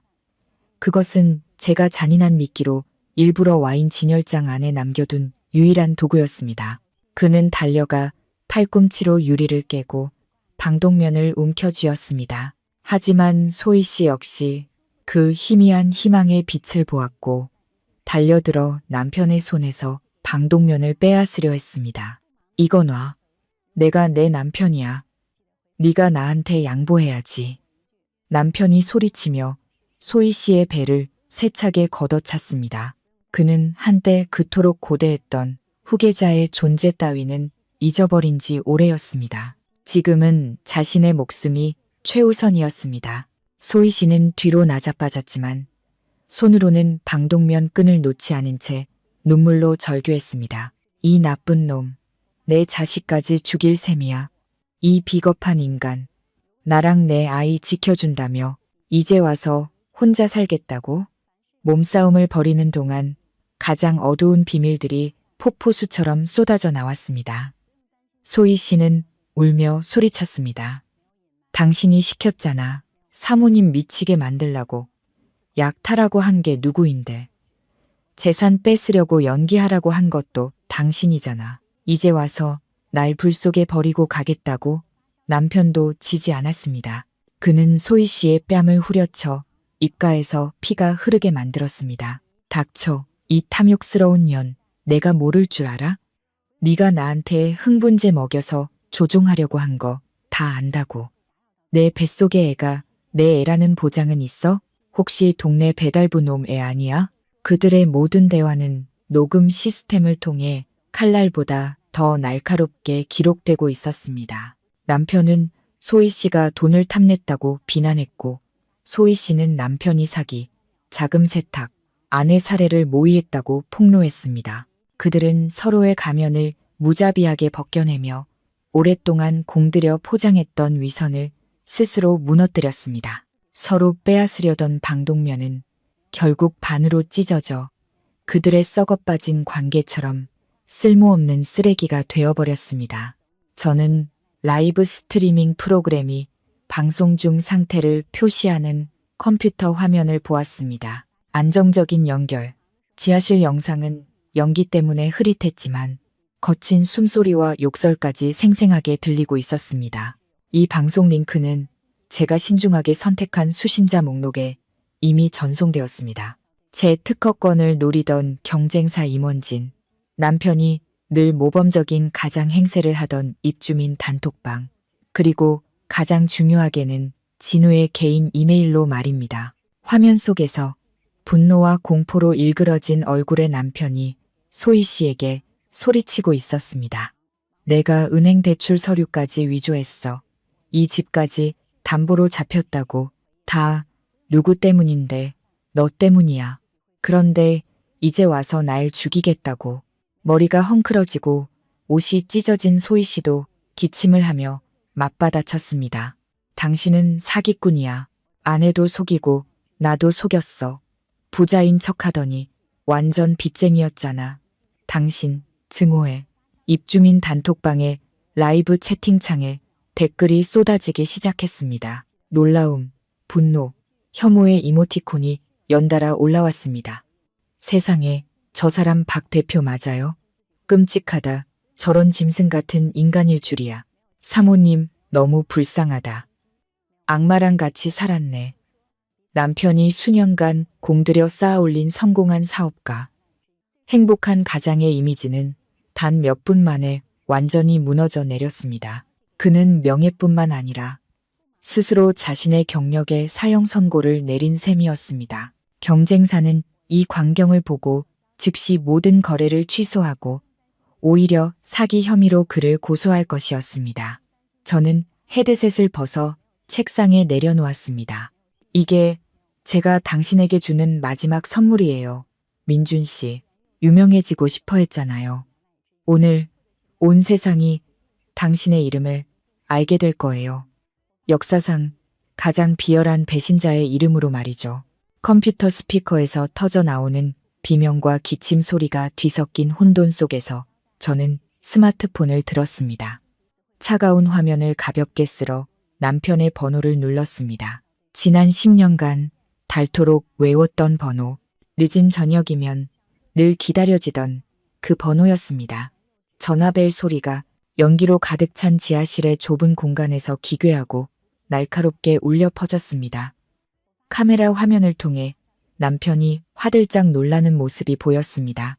그는 마치 저승의 부름이라도 들은 듯 넉나간 얼굴로 주위를 둘러보았습니다. 공황과 환각 속에서 전화벨 소리는 그를 현실에 붙잡아두는 유일한 구원의 소리처럼 들렸을 겁니다. 남편은 피와 먼지로 더러워진 손으로 바닥을 더듬어 빛나고 있는 스마트폰을 집어들었습니다.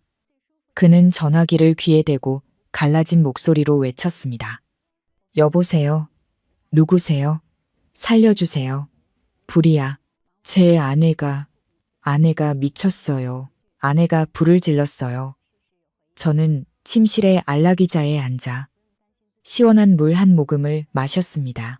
차가운 물줄기가 목을 타고 내려가며 마음속에 남은 마지막 미련의 불씨마저 꺼뜨리는 듯 했습니다. 저는 바람처럼 가볍지만 심장을 도려내는 메스처럼 날카로운 목소리로 말했습니다. 여보, 지금 누구더러 미쳤다고 하는 거예요? 오늘 의사 선생님 놀이 재미있었어요? 전화기 저편은 침묵에 잠겼습니다. 거친 숨소리와 뒤편에서 들려오는 소희 씨의 신음소리만이 들려왔습니다. 남편은 제 목소리를 알아차린 듯 했습니다. 지난 몇 달간 들어왔던 미친 아내의 어눌한 목소리가 아니었습니다. 8년 전에 똑똑하고 날카로웠던 아내 이서연의 목소리였습니다. 그는 이가 딱딱 부딪힐 정도로 떨며 더듬거렸습니다. 당신 약 안 마셨어? 서연아, 대체 무슨 짓이야? 문 열어. 제발 문 좀 열어줘. 나 죽는단 말이야. 저는 나지막이 웃었습니다. 씁쓸한 웃음소리가 넓은 방 안에 울려 퍼졌습니다. 죽는 게 무서워요, 민준 씨. 당신이 내 우유에 독약을 탈 때 나는 죽는 게 무섭지 않았을 것 같아요. 당신이 그 여자랑 나를 정신병원에 쳐넣고 재산을 팔아 치울 계획을 짤 때 내 기분은 생각 안 해봤어요? 제 질문 하나하나가 산소 부족으로 마비된 그의 뇌의 모처럼 박혔습니다. 그는 애원해서 협박으로 태도를 바꾸며 소리쳤습니다. 이 독한 년, 너 살인죄로 평생 감옥에서 썩을 거야. 당장 문 열어. 저는 화면 속에서 그가 벽에 전화기를 내리치려 하지만 힘이 없어 그러지 못하는 모습을 보았습니다. 저는 전화를 끊기 전 마지막 말을 속삭였습니다. 걱정 마요, 여보. 나는 법을 준수하는 시민이니까 사람을 죽이진 않아요. 그냥 당신들이 서로의 진짜 얼굴을 보게 도와주는 것뿐이에요. 그 진정한 사랑의 마지막 순간을 마음껏 즐기시길. 저는 전화를 끊고 그를 절망 속에 남겨두었습니다. 죽음이 임박한 지하실의 어둠 속에서 화려한 가면은 벗겨지고 인간의 추악하고 잔인한 민낯만이 남았습니다. 15분 후 부촌의 고요함은 요란한 사이렌 소리에 깨졌습니다. 경찰차와 소방차에 푸르고 붉은 경광등이 높은 담장 너머로 번쩍였습니다. 평소에는 문을 굳게 닫고 살던 이웃들도 호기심과 두려움이 뒤섞인 얼굴로 길가에 쏟아져 나와 웅성거렸습니다. 저는 2층 발코니에 서서 아래의 혼란스러운 풍경을 내려다보았습니다. 마음은 잔물결 하나 없는 가을 호수처럼 평온했습니다. 진우가 이끄는 수사팀이 철문을 부수고 진입했습니다. 나무문의 망치가 내리쳐지는 쿵쿵 하는 소리는 한 거짓된 제국의 종말을 알리는 신호였습니다. 저는 1층으로 달려 내려가 미리 연습해둔 겁에 질린 표정으로 현관문을 열었습니다. 진우는 저를 보고 안심하라는 듯 눈짓으로 고개를 한번 끄덕였습니다. 소방대원들은 제 안내에 따라 신속하게 지하실 입구로 접근했습니다. 저기 아래에 남편이랑 가사도우미가 갇혔어요. 연기가 너무 심해요. 제발 구해주세요. 지하실 문이 열리자 하얀 연기 기둥이 솟구쳐 올랐습니다. 사실은 차가운 냉기와 특수 효과용 연기였지만 말입니다. 산소 마스크를 쓴 대원들이 아래로 내려갔고 몇 분 후 너덜너덜한 몰골의 두 사람을 들쳐매고 올라왔습니다. 그들은 서로를 핥히고 싸운 탓에 온몸이 상처투성이었습니다. 소희 씨는 공포와 탈진으로 이미 정신을 잃었고 남편은 의식이 조금 남아있었지만 눈알이 튀어나올 듯 부릅뜬 채 허공을 보며 의미 없는 말을 중얼거렸습니다. 그의 손발은 보이지 않는 유령을 쫓듯 허공을 휘젓고 있었습니다. 그 광경에 문 밖에서 구경하던 이웃들은 경악하며 입을 가렸습니다. 주민회의 때마다 도덕적인 말을 늘어놓던 그 신사적이고 성공한 남자는 이제 막다른 길에 몰린 야수와 다름없었습니다. 구급차가 대기하고 있었고 의료진이 신속하게 응급처치를 한 뒤 그들을 들것에 실었습니다. 마음씨 좋은 이웃 몇몇이 다가와 제 안부를 물었습니다. 그들의 눈에는 동정심이 가득했습니다. 어쩌다 저런 나쁜 놈을 만나서 착한 서연 씨가 고생이 많았네. 천만다행이야. 하마터면 모자가 큰일 날 뻔했어. 소란스러운 인파 속에서 저는 진우가 부하들에게 현장을 통제하고 지하실의 CCTV와 컴퓨터 시스템을 증거물로 확보하라고 지시하는 것을 보았습니다. 그것들은 남편을 감옥으로 보낼 결정적인 증거가 될 것이었습니다. 밤바람이 매캐한 연기 냄새를 흩어놓았지만 이 집에 들러붙은 더러움까지 씻어내지는 못했습니다. 경찰차 사이렌 소리가 잦아들었을 때 저는 침실로 돌아가 민호를 품에 안았습니다. 제가 미리 씌워준 고가의 소음 방지 헤드폰 덕분에 아이는 깊은 잠에 빠져 있었습니다. 저는 균형을 되찾기 위해 아들을 꽉 껴안았습니다. 민호는 제가 증오의 구렁텅이로 완전히 빠지지 않도록 붙잡아주는 유일한 탭이었습니다. 저는 얇은 담요로 아이의 몸을 감싸 기자들의 플래시와 사람들의 호기심 어린 시선으로부터 보호했습니다. 집 밖으로 나서는 순간 저는 지옥에서 막 살아 돌아온 여자의 역할을 연기했습니다. 머리는 일부러 헝클어뜨렸고 화장기 없는 얼굴은 가로등 불빛 아래 창백해 보였습니다. 눈에는 눈물이 그렁그렁 맺혀 있었습니다. 저는 비틀거리며 저를 부축하는 젊은 여경의 어깨에 기댔습니다. 기자들과 이웃들 앞을 지나갈 때 저는 겁먹은 아기 새처럼 여경의 품으로 파고들었습니다. 제발 우리 아이는 찍지 말아주세요. 아직 너무 어려요. 제 목소리는 약하게 떨렸지만 주변 사람들이 듣고 연민을 느끼기에는 충분했습니다. 평소 남의 집 일에 참견하기 좋아하던 반장 아주머니가 가장 먼저 달려와 제 손을 잡으며 안타까워했습니다. 어머, 집, 애 얼굴이 새파랗게 질렸네. 어서 병원 가서 검사부터 받아봐요. 집안일은 경찰 아저씨들이랑 우리가 알아서 할게. 사빙사이. 저는 고개를 끄덕이며 눈물을 흘렸습니다. 감사합니다, 아주머니. 너무 무서웠어요. 그 사람들이 집을 태우려고 했어요. 우리 모자를 죽이겠다고 했단 말이에요. 제가 던진 의미심장한 말은 마른 장작더미에 던져진 불씨처럼 군중의 분노를 폭발시켰습니다. 사람들은 남편과 소희 씨를 향해 더욱 심한 욕설을 퍼붓기 시작했습니다. 구급차에 앉아 요란한 사이렌 소리를 들었습니다. 저는 뒷유리창 너머로 한때 우리 부부의 자랑이었던 4층짜리 웅장한 집을 바라보았습니다. 이제 그 집은 경찰 통제선에 둘러싸인 채 칠흑 같은 밤 속에 외롭게 서 있었습니다. 그것은 거짓으로 가득 찼던 8년간의 결혼 생활을 묻은 거대한 무덤처럼 보였습니다. 저는 고개를 숙여 민호를 보았습니다. 아이는 잠결에 뒤척이며 작은 손으로 제 손가락을 꽉 쥐었습니다. 저는 아들의 이마에 가볍게 입을 맞추며 속삭였습니다. 이런 모습을 보게 해서 미안해, 아들. 하지만 엄마가 약속할게. 이제부터 내 하늘에는 평화만 가득할 거야. 저는 눈을 감고 차창에 머리를 기댔습니다. 완벽한 피해자 연기는 성공했지만 마음 깊은 곳에서는 이 상처가 아물기까지 아주 오랜 시간이 걸릴 것이라는 걸 알고 있었습니다. 다음 날 아침 제가 입원한 병원은 인산인해를 이뤘습니다. 유명 사업가, 아내와 아들 감금 후 내연녀와 방화 사건은 SNS를 통해 순식간에 퍼져나가 모든 대화의 중심이 되었습니다. 기자들은 특종 사진이나 단독 인터뷰를 따내기 위해 복도에 진을 치고 있었습니다. 저는 링거를 맞으며 여전히 충격과 피로가 가시지 않은 얼굴로 병상에 누워 있었습니다. 민호는 여론의 폭풍을 피해 외할머니 댁으로 가 있었습니다. 병실 문이 열리고 고급스러운 검은색 정장을 입은 중년 남성이 걱정스러운 얼굴로 들어왔습니다. 남편이 제 특허권을 팔아넘기려 했던 그 대기업의 차 이사였습니다.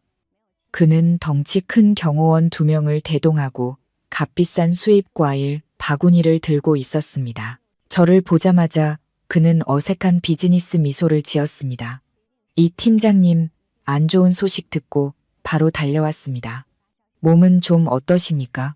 그는 과일 바구니를 내려놓고 경호원에게 문을 닫으라고 눈짓했습니다. 차 이사는 의자를 끌어와 침대 옆에 앉아 계산적인 목소리로 나지막이 말했습니다. 박 대표 일은 참 안타깝게 됐습니다. 하지만 아시겠지만 집안일은 조용히 해결하는 게 좋습니다. 일이 커져서 회사 이미지에 타격이 가고 주가가 폭락하면 이 팀장님과 아드님에게도 손해 아닙니까? 그는 제 쪽으로 두툼한 봉투를 밀며 제 눈치를 살폈습니다. 이건 제 작은 성의입니다.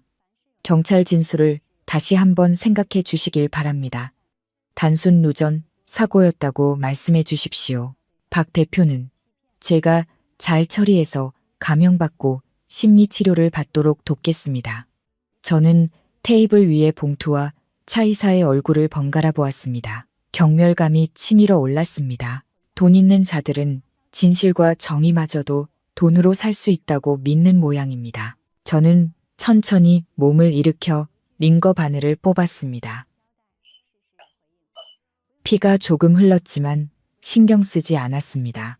저는 스마트폰을 들어 지난주 남편과 그가 나눈 대화 녹음 파일을 재생했습니다. 제가 남편의 컴퓨터에서 찾아낸 파일이었습니다. 차 이사의 목소리가 선명하게 울려 퍼졌습니다. 박 대표, 당신 부인 정신감정서나 빨리 해결해. 그거 끝나면 계약금 30%를 해외 계좌로 먼저 쏴주지. 차 이사의 얼굴이 핏기 없이 하얗게 질렸습니다. 그는 더듬거렸습니다. 당신, 이걸 어디서? 저는 차갑게 미소 지으며 그 녹음 파일을 밖에서 대기 중인 경제부 기자들에게 전송했습니다. 차 이사님, 저는 당신 돈 필요 없습니다. 재산 강탈 공모 혐의에 대해 법의 심판을 받으시길 바랍니다. 저는 문 밖을 향해 목소리를 높였습니다. 기자님들, 들어오세요. 제가 공개할 중요한 증거가 있습니다. 문이 활짝 열리고 플래시가 쉴 새 없이 터졌습니다. 차 이사는 그 자리에 얼어붙었습니다. 그는 자신이 그토록 무시했던 집에서 살림이나 하는 여자라고 여겼던 한 여자가 노은 덫에 빠졌다는 것을 깨달았습니다. 차가운 취조실, 백색 조명이 남편의 수척한 얼굴을 비추고 있었습니다. 해독 치료와 신경 안정제 투여 후 그는 제정신을 차렸습니다. 하지만 한때 위풍당당했던 대표의 모습은 온데간데 없었습니다. 그는 쇠의자에 웅크리고 앉아 수갑찬 2손으로 테이블을 붙잡은 채 침만 눈으로 탈출구를 찾듯 주위를 두리번거렸습니다. 진우는 맞은편에 앉아 두꺼운 서류를 넘기고 있었습니다. 처음에 남편은 모든 혐의를 완강히 부인했습니다. 그는 모든 책임을 소희 씨에게 떠넘기며 젊은 가사 도우미의 유혹에 넘어가 약에 취해 정신이 없었다고, 자신은 교묘한 사기극의 피해자일 뿐이라고 주장했습니다. 그는 심지어 아내와 아들을 사랑하며 저를 정신병원에 보내려 한 것은 최선의 치료 방법이었다고 뻔뻔하게 말했습니다. 저는 특수유리를 통해 그를 보며 측은함을 느꼈습니다. 그를 위한 것이 아니라 저런 비겁한 남자에게 8년의 청춘을 바쳤던 제 자신을 위한 것이었습니다. 하지만 진우는 그의 변명을 오래 들어주지 않았습니다. 그는 태블릿 PC를 테이블 위에 올려놓고 그날 밤에 라이브 스트리밍 영상을 재생했습니다. 그리고 제가 남편의 클라우드 계정에서 복구한 전자 일기장도 함께 보여주었습니다. 거기에는 그가 매일 제 우유에 약을 탄 날짜, 용량, 제 반응, 그리고 제가 행위 무능력자로 선고된 후에 재산 처분 계획까지 상세히 기록되어 있었습니다. 박민준 씨, 이 기록에 대해 어떻게 설명하시겠습니까? 설마 학력도 짧은 가사도우미가 대신 써줬다고 할 건 아니겠죠? 진우가 날카롭게 물었습니다. 남편은 화면을 뚫어지게 쳐다보았습니다. 얼굴이 새하얗게 질렸습니다.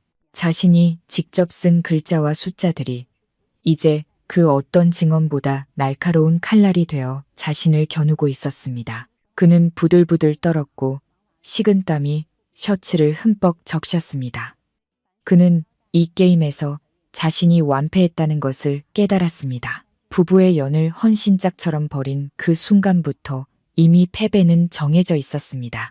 그는 테이블에 머리를 박고 어깨를 들썩이며 울기 시작했습니다. 후회의 눈물인지 아니면 한순간에 사라져버린 찬란한 미래에 대한 미련의 눈물인지는 알 수 없었습니다.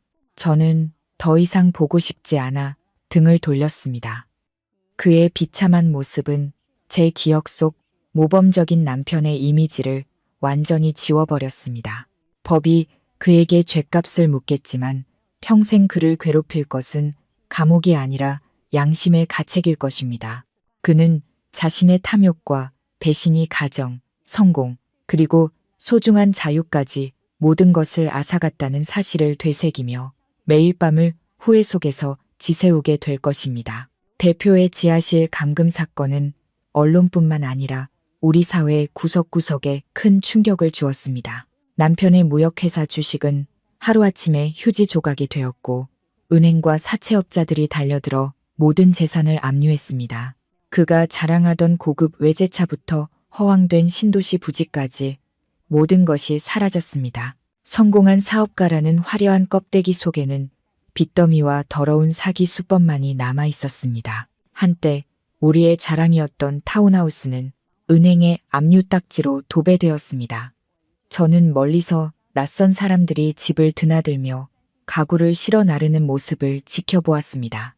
이웃들은 지나갈 때마다 혀를 차며 손가락질했습니다. 그들은 우리 모자를 동정하는 만큼 남편의 행위에 분노했습니다. 그가 목숨보다 중시했던 명예는 이제 세상 사람들의 발에 무참히 짓밟혔습니다. 남편은 살인미수, 사기, 횡령, 자금 세탁 등 여러 혐의가 병합되어 무기징역을 선고받았습니다. 선고 당일 피고인석에 선 그는 머리가 하얗게 새고 텅 빈 눈으로 허공을 응시하고 있었습니다. 소희 씨 역시 공범 및 아동학대 혐의로 징역 15년을 선고받았습니다. 그녀는 고향의 늙은 어머니를 생각하며 통곡했지만 법은 뒤늦은 눈물의 관용을 베풀지 않았습니다. 저는 법정에서 바로 이혼 서류에 서명하며 이 비극적인 결혼에 마침표를 찍었습니다. 판결문을 손에 쥔 순간 기쁨보다는 기묘한 안도감이 밀려왔습니다. 마치 수년간 가슴을 짓누르던 무거운 돌덩이를 내려놓은 기분이었습니다.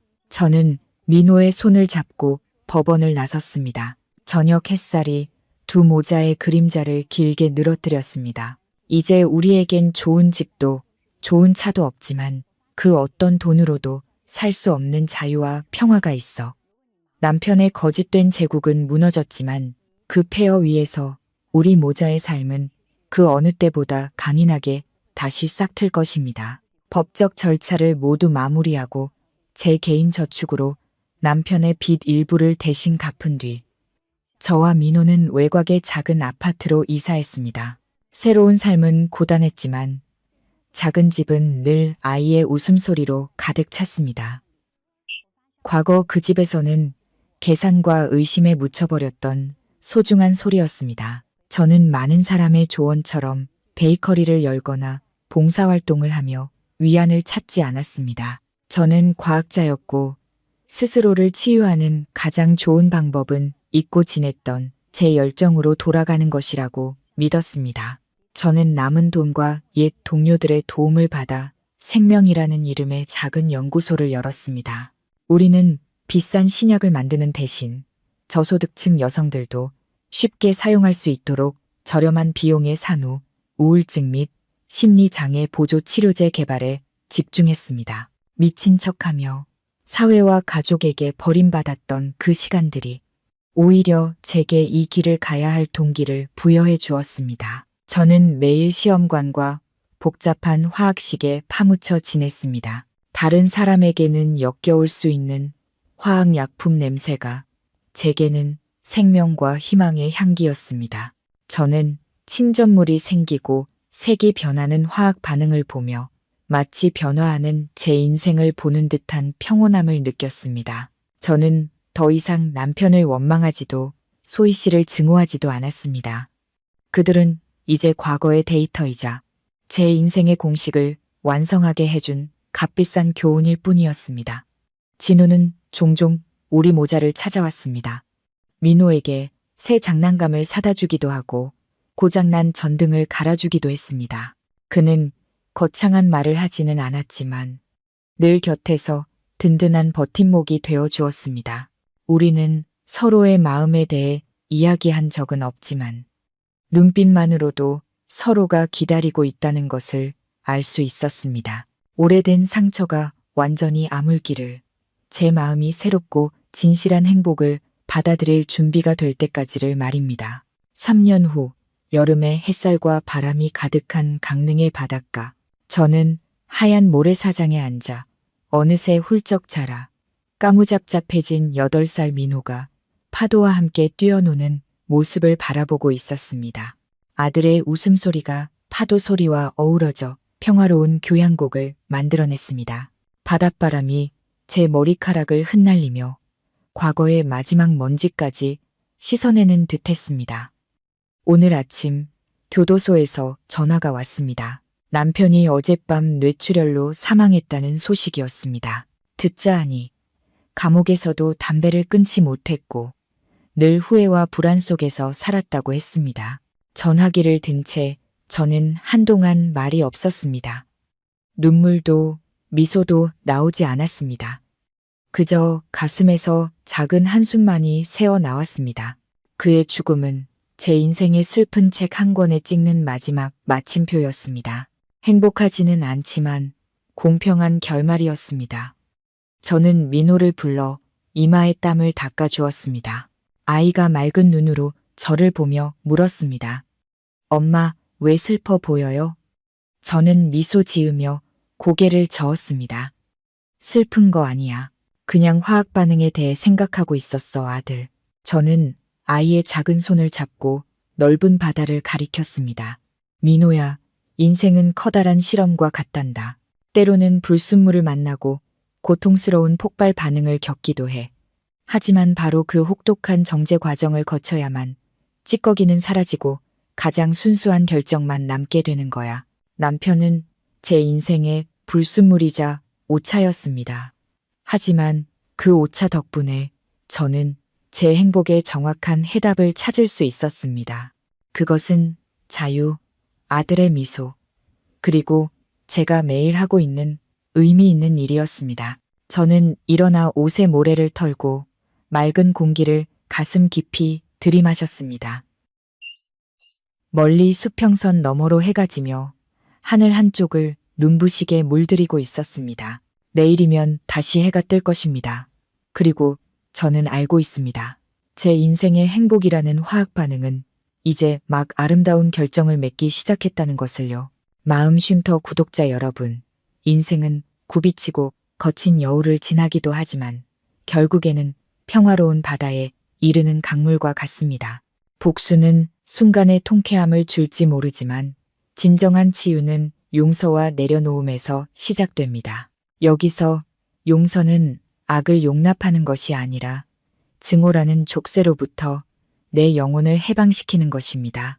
과거의 잿더미를 깨끗이 치워야만 미래의 행복이라는 새싹을 심을 공간이 생기는 법입니다. 오늘 이야기가 여러분의 마음에 작은 울림과 의미 있는 교훈을 남겼다면 구독과 좋아요, 알림 설정을 잊지 마시고 이 영상을 더 많은 분과 공유해 주세요.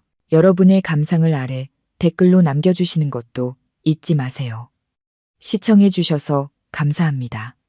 다음 이야기로 다시 찾아뵙겠습니다.